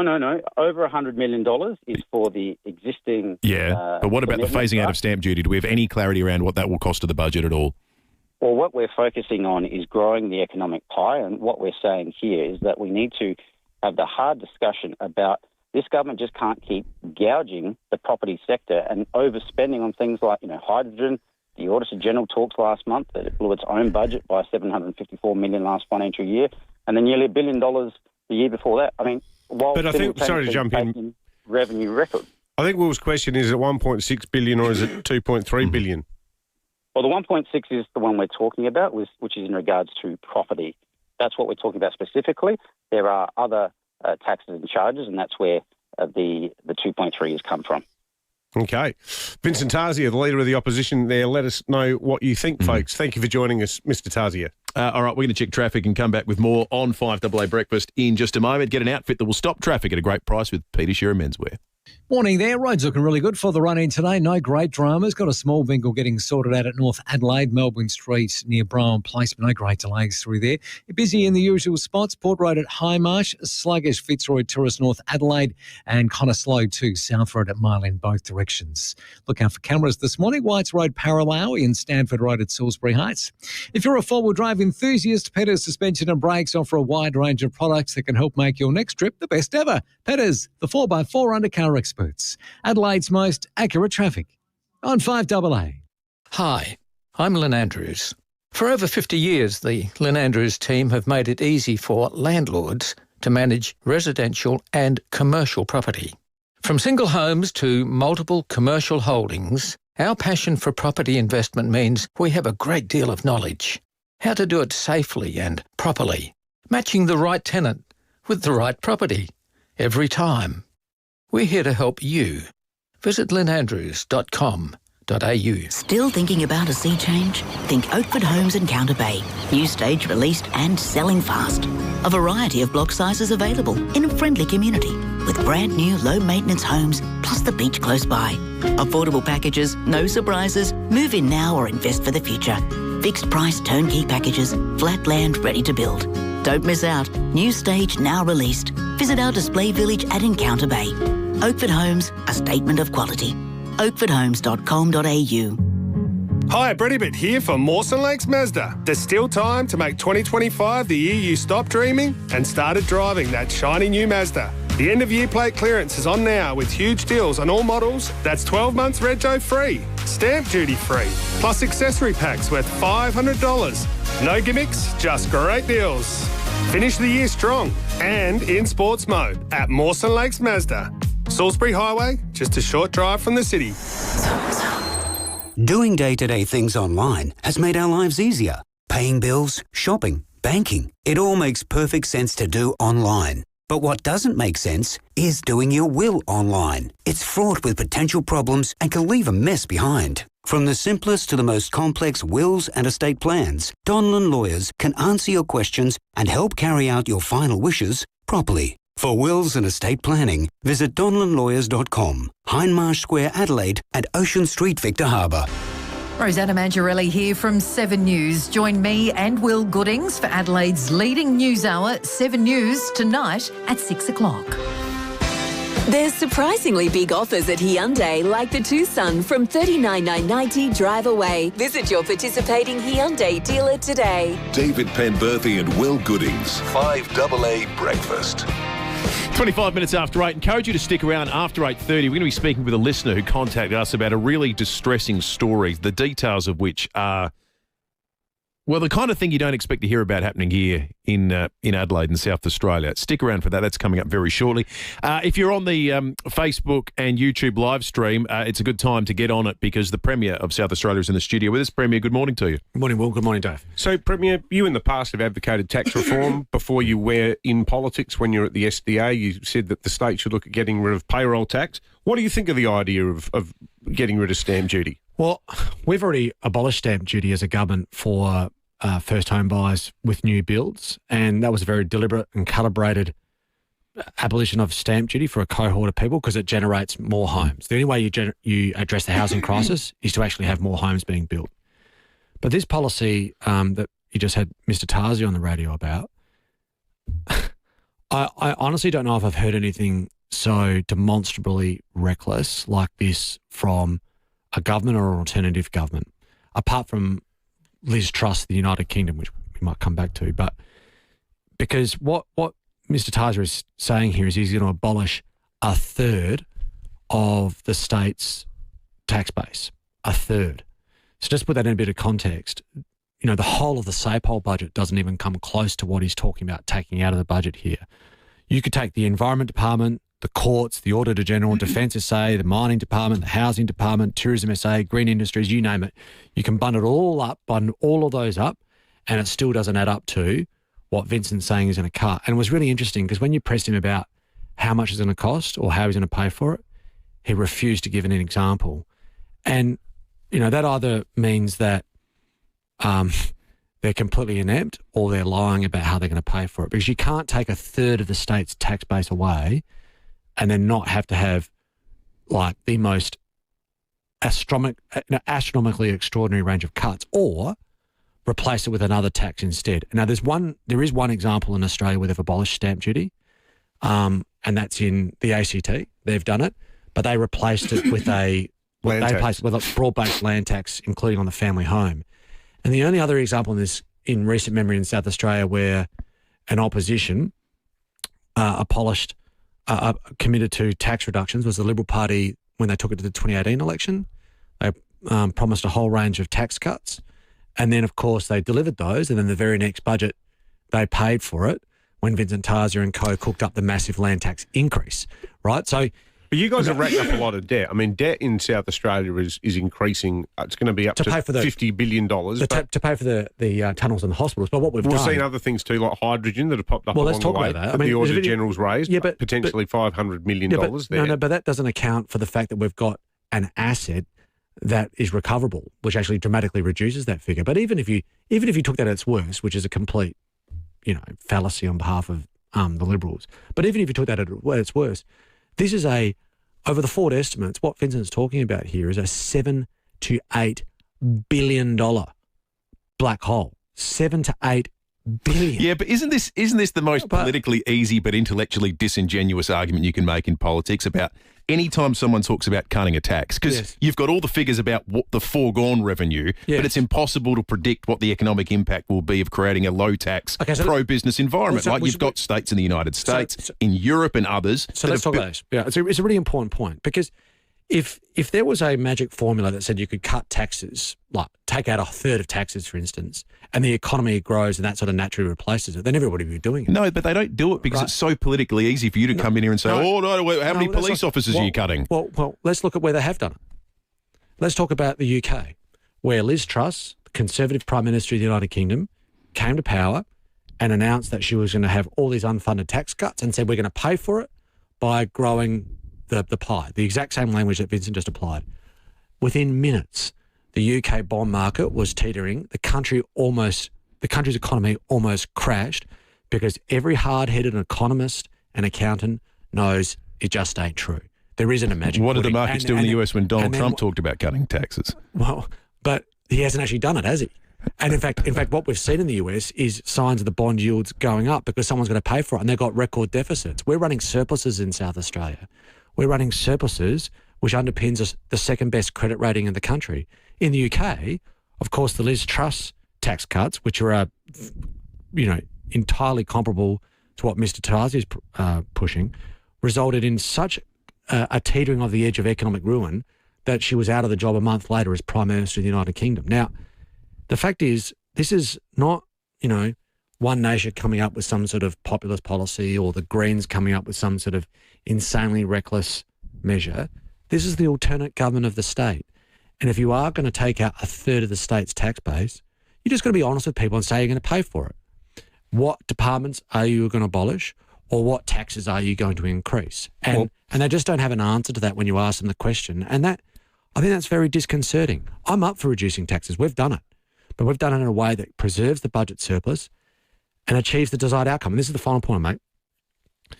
So if you abolish stamp duty for everybody, you're actually making the problem worse for first home buyers. The only way we address the housing crisis in this state or in this country is to actually build more homes. If you're not building more homes, you're not increasing supply. You're not about that. Right, exactly. So now here in South Australia, right, what we've got is we've now, because of our investment in water infrastructure, which is hard to do, because of the biggest land releases in the history of the state, because we've got the best planning system in the country now, because of a whole range of other measures the government has put in, we've got the fastest housing growth in the nation. And we have to keep that drumbeat up for 20 years. But if you take away stamp duty from homeowners and all of a sudden they're competing with first homeowners with an advantage, that actually makes the problem worse for the very people that we're trying to help. Abolishing taxes should be calibrated to achieve a desired outcome, not just to do reckless harm to the budget. 4 months till polling day. Feels like the election campaign started here on the 5AA Breakfast Show in the last 15 minutes. Peter Malinauskas and Vincent Tazi are joining us in the last 20 minutes. We'll catch up with you again soon. Thank you, Premier. Thanks, Jets. Appreciate it.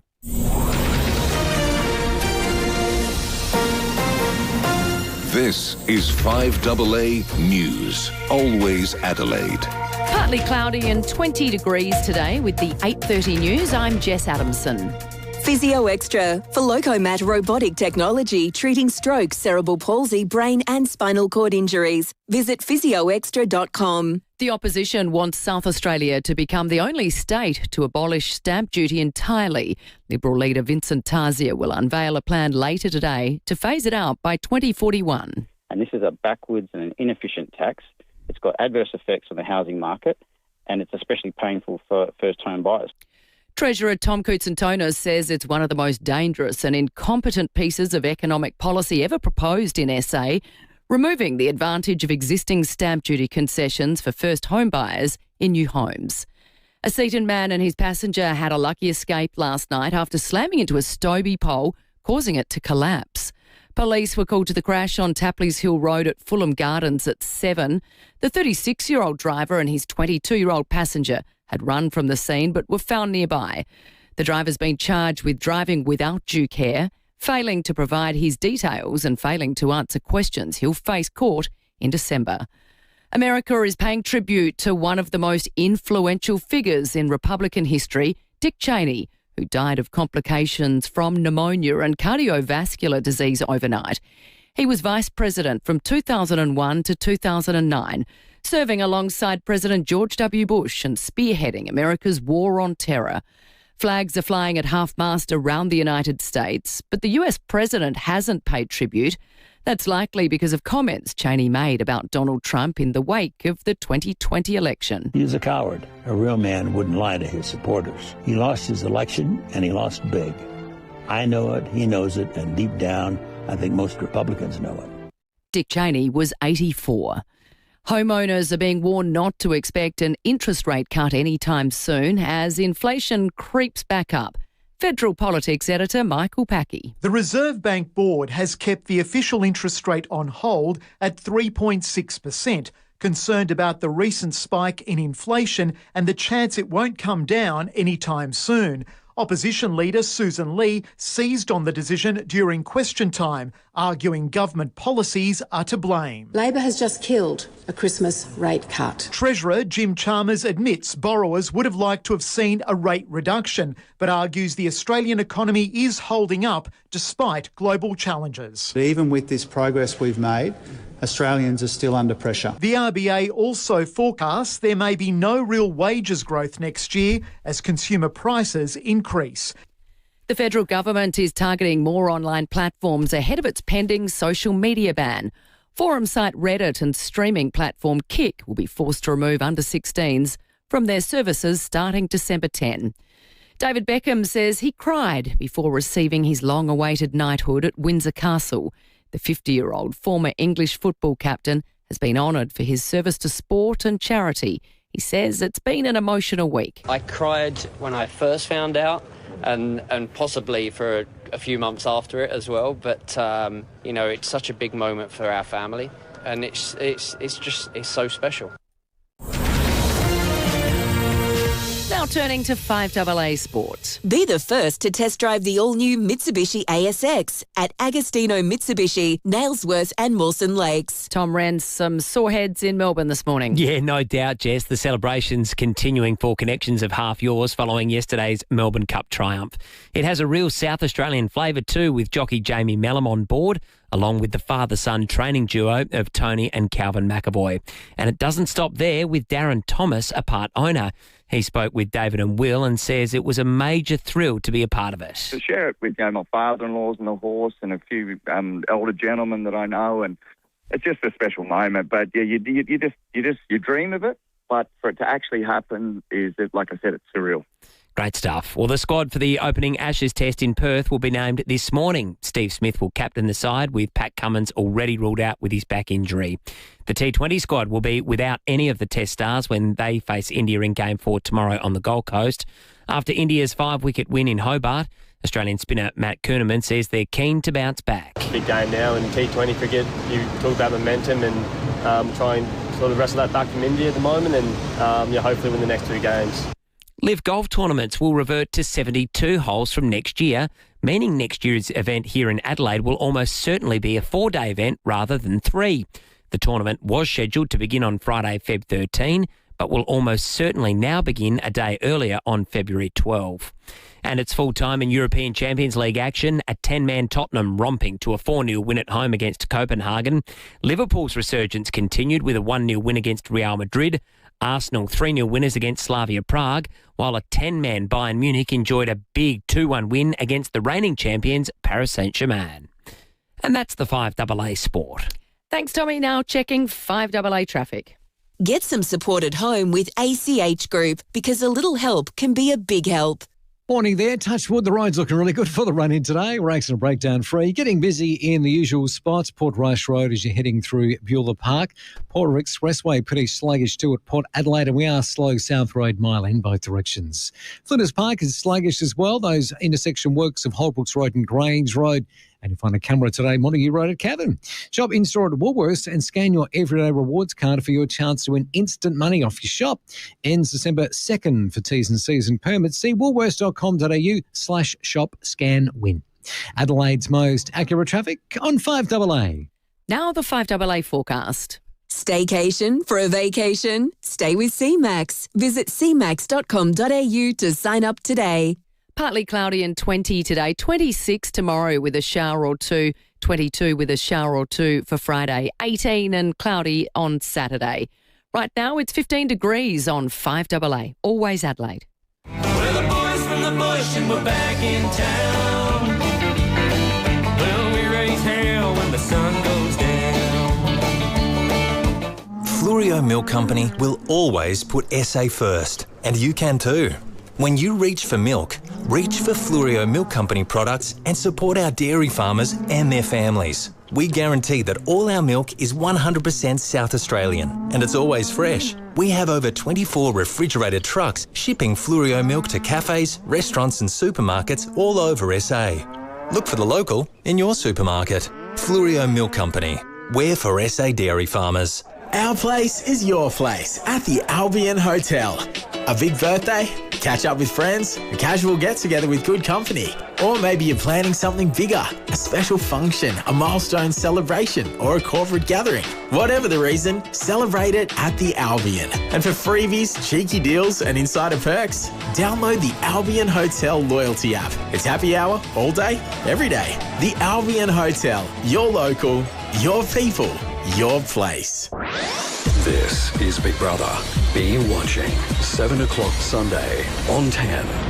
This season, we're back to live nominations, live evictions, and a live stream 24/7 on 10.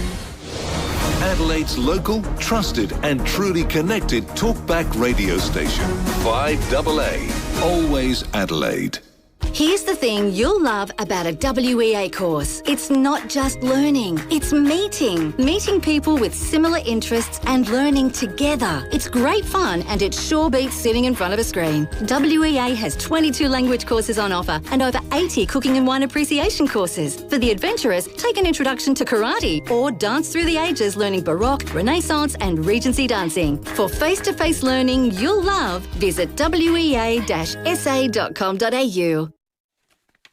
Big news for South Australian seafood lovers. Samtas Seafood's pre-Christmas catalogue starts today. Hits letterboxes this week.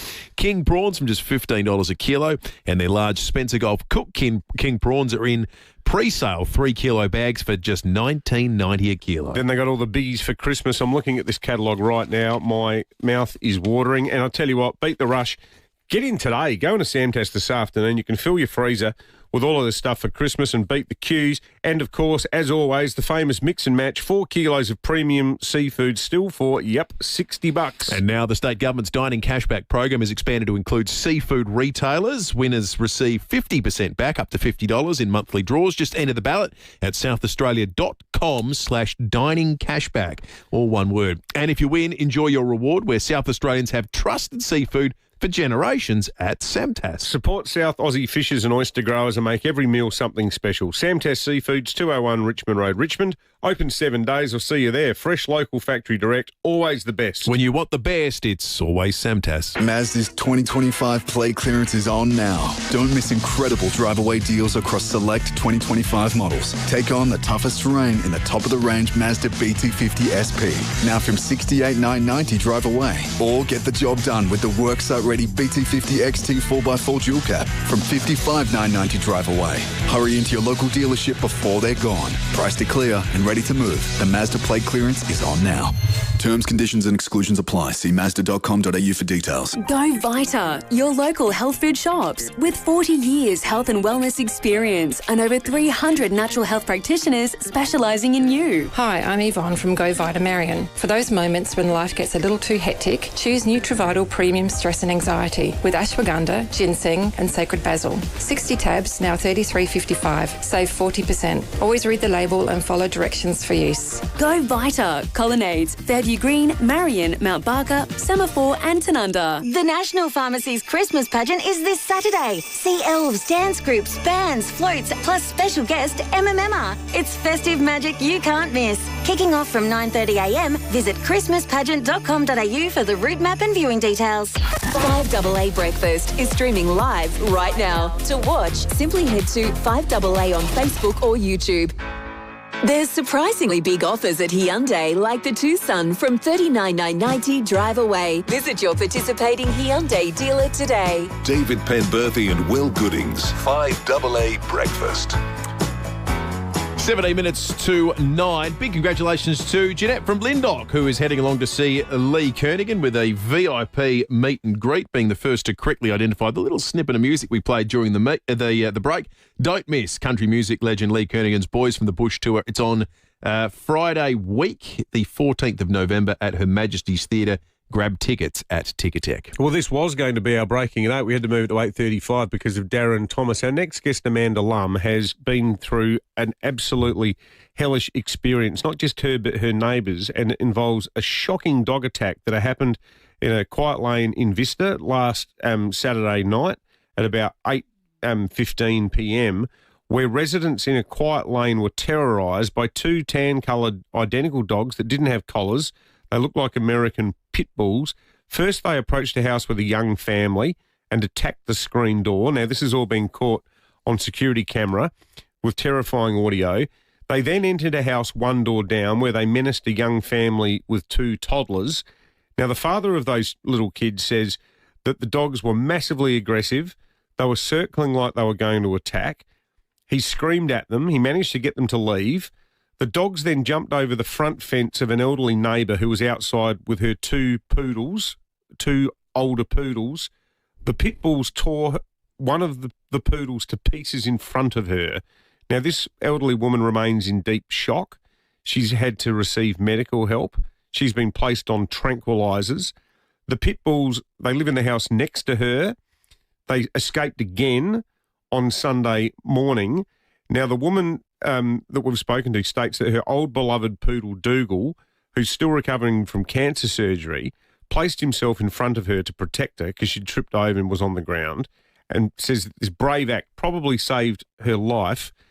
And this poor dog was so badly injured that its stomach was hanging out, but he stood his ground. He's been described as a hero dog, and miraculously he survived. Well, Amanda from Vista had a front row seat for all of this horror, and she joins us now. Amanda, thank you for sharing this story with us. It must have been completely terrifying. Oh, Dave, I can't tell you how absolutely appalling it was. It's one of those life-altering incidents that you simply know you're never going to fully recover from. It was just absolute bloodshed, and not fear, terror, something quite beyond fear, absolute terror, It was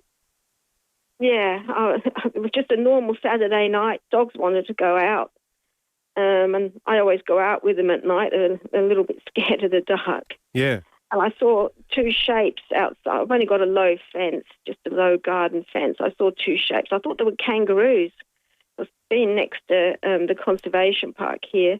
Get a lot of kangaroos, but then when they leapt over the fence, I immediately recognised them as the next door's dogs. And what were the owners doing, Amanda, while all of this was happening? The owners of the dogs? No sight nor sound of them at all. Nothing.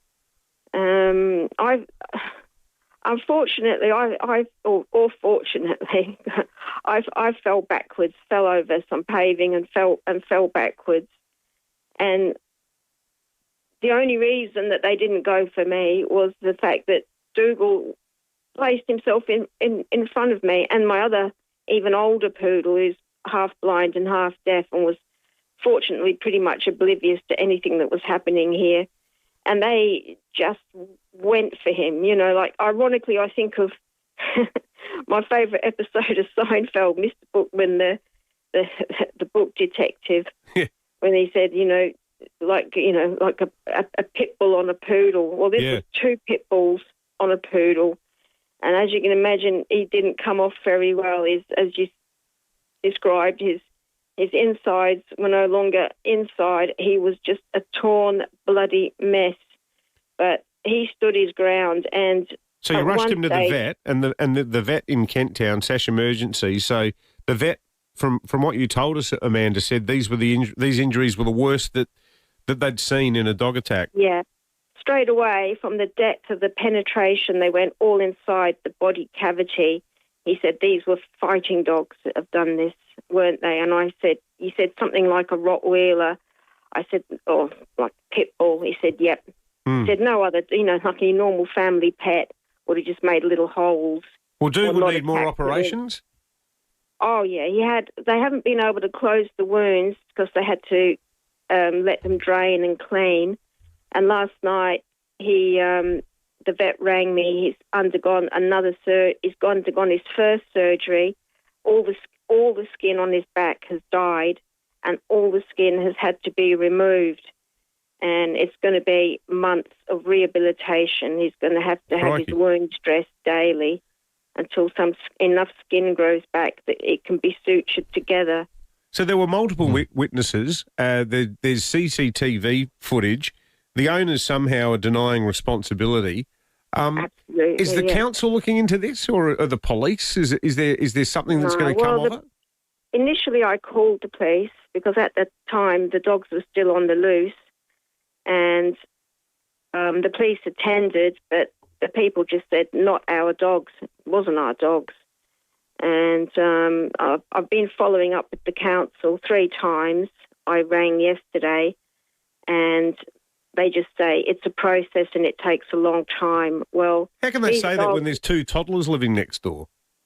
2 toddlers, and then there's on either side there's 2 women in their 80s on either side. And then the family that initially got attacked, they've got young children as well. Oh, my God. Unbelievable. Well, Amanda, we'll stay in touch with you on this because if the council don't sort this out, I mean, bugger this council process, your call is important to us and has been placed in a queue malarkey. Like, they've got to fix this up. This is an urgent situation. ASAP. Yeah. Got these 2 psychotic dogs on the loose ripping little poodles apart. We're glad to hear that Dougal's on the up and up. With a bit of a road ahead. But as I said, Amanda, we'll stay in touch and we'll follow this one up. We appreciate you joining us today on 5AA. Oh, thanks, Dave. Thanks, Will and Dave. Thank you very much. Not at all. Thank you, Amanda. What a horrific story. Something needs to be done about that ASAP.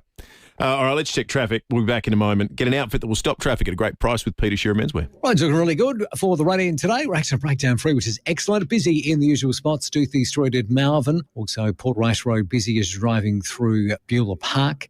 Got a few works to look out for. South Road at Edwardstown. And we are slow at the moment. Brighton Road, Glenelg East, just near Jetty Road. Cameras today. Mawson Lakes Boulevard, Mawson Lakes. And Montague Road at Cavan. Moving houses hard. Origin is making it a little easier by helping you move your electricity, natural gas and internet in one easy call. Origin. All kinds of useful. Adelaide's most accurate traffic on 5AA.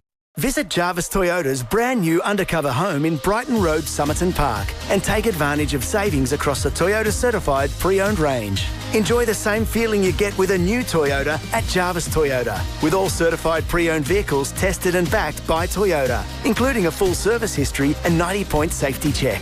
Toyota certified pre-owned in a class of its own. Come and experience the difference at the new Jarvis Toyota, Brighton Road, Somerton Park. The most frustrating thing about having your car repaired after a collision can be the wait. Sometimes months. At FIVEAA Panel Services, the wait is one thing you won't have to worry about. We've expanded our workshop and our highly skilled team. It means we're better equipped to deliver an outstanding outcome for you and your car. RAA and MTA approved, FIVEAA Panel Services work with most insurance companies. So ask for FIVEAA Panel Services and get back on the road sooner. If you're worried your child or grandchild isn't responding to sounds or meeting their developmental milestones, maybe they're struggling to listen in noisy classrooms. Well, the good news is we have Little Allied Health in our interactive lounge tomorrow. Lee Forrest will be speaking with Nicole Eglinton, Managing Director and Principal Audiologist at Little Allied Health, about how they assess hearing for children of all ages and auditory processing for children struggling to listen in the classroom or at home. You'll learn how the professional team at Little Allied Health make therapy fun and how their approach to care is tailored to your little one's needs. The phone lines will also be open so you can ask your questions confidentially off air. Call the Interactive Lounge tomorrow on 822 30055, and to find out more, visit littlealliedhealth.com.au. At Coles, get set for a season of savings. Right now, save on half-price chocky treats like Cadbury Dairy Milk Block Chocolate, 150 to 190 grams, just $4 each. In-store or online at Coles. Offer ends Tuesday. Lee Kernaghan's Boys from the Bush tour is coming to Adelaide's Her Majesty's Theatre on Friday, 14th November. I got wheels spinning around. This is the Outback Pub reunion. Don't miss Australia's own country music legend Lee Kernaghan performing all his hits and fan favourites when his sold-out national tour comes to Her Majesty's Theatre on Friday, 14 November. Tickets are limited. Book now on Ticketek. There's surprisingly big offers at Hyundai, like the Tucson from $39,990 drive away. Visit your participating Hyundai dealer today. David Penberthy and Will Goodings, 5AA Breakfast. 6 minutes to 9. This is a great opportunity to support a wonderful charity. Support SA Police Legacy and support SA Police families when they need it most. What you need to do is go to policelegacysa.org.au and bid on the opportunity of a lifetime, a VIP experience at Adelaide Oval to see the Strikers live on either the 6th, 11th or 17th of January, valued at over $3,000. You go in a corporate box and watch the Strikers, you and 17 mates. So get 18 of you together, 3 families, whatever it might well be, and if you can pull some cash that goes to Police Legacy, it could be all of you that get along and experience the Strikers at Adelaide Oval, and what would be one hell of a day. It'll be impossible not to have a good time. I'd need to find 17 mates. We might need to get together, Will. Yeah. Paul, our friends, hey, big thanks to everybody who texted in about our interviews with Vincent Tarzia and Peter Malinauskas. We got an absolute mountain of texts, simply unable to read them all out due to the lack of time and, more importantly, the quantity. But I think to paraphrase, the general sentiment about Peter Malinauskas was, don't give us a lecture about fiscal rectitude when you've racked up debt to the extent that you have and when the cost of living has been running out of control, particularly with electricity prices. The criticism towards Vincent Tarzia, however, was if you're going to come out with a policy like this, maybe just think of one number and stick to it as to how much it's going to cost the budget, because you failed miserably on that front. Interestingly, about a third of the messages said nothing specifically about tax and a lot about what they regard as the impact of unfettered migration on the cost of housing and the availability of housing. It's a front-of-mind issue for Australians. All the polling says that. All the polling. Let's have a look at the fuel situation. Better to be a member with RAA Road Service. Unleaded is most cheap at the Yugo Clearview, $1.57.5. In fact, you'll get it the same at Leroy's on Main South Road at Hackham. The Mobile Shadow Park, $1.59.5 is pretty good, and the diesel price remains in the low $60s. The Mobile at Gillis Plains is at $1.63.5 as well. A lot of feedback about the fact that the council, as I said, we're going to follow it up. The story that Amanda just shared with us about the horrible attack on her little beloved poodle, Dougal. That poodle should buy a lottery ticket if dogs are capable of doing such a thing, because it is very lucky to be alive after what happened to it. She spent $10,000 so far at the vet. Unbelievable. $10,000. Where's the council on this? What are they doing? Maybe they're building a new bike lane somewhere. Well, as a lot of our listeners have said, had the leaders of both major parties on, if they want to do something useful today, find out what happened to that council. Absolutely. And maybe tear into them and get some kind of resolution on a really ugly issue. All right, that's all from us. We'll catch you tomorrow from 6.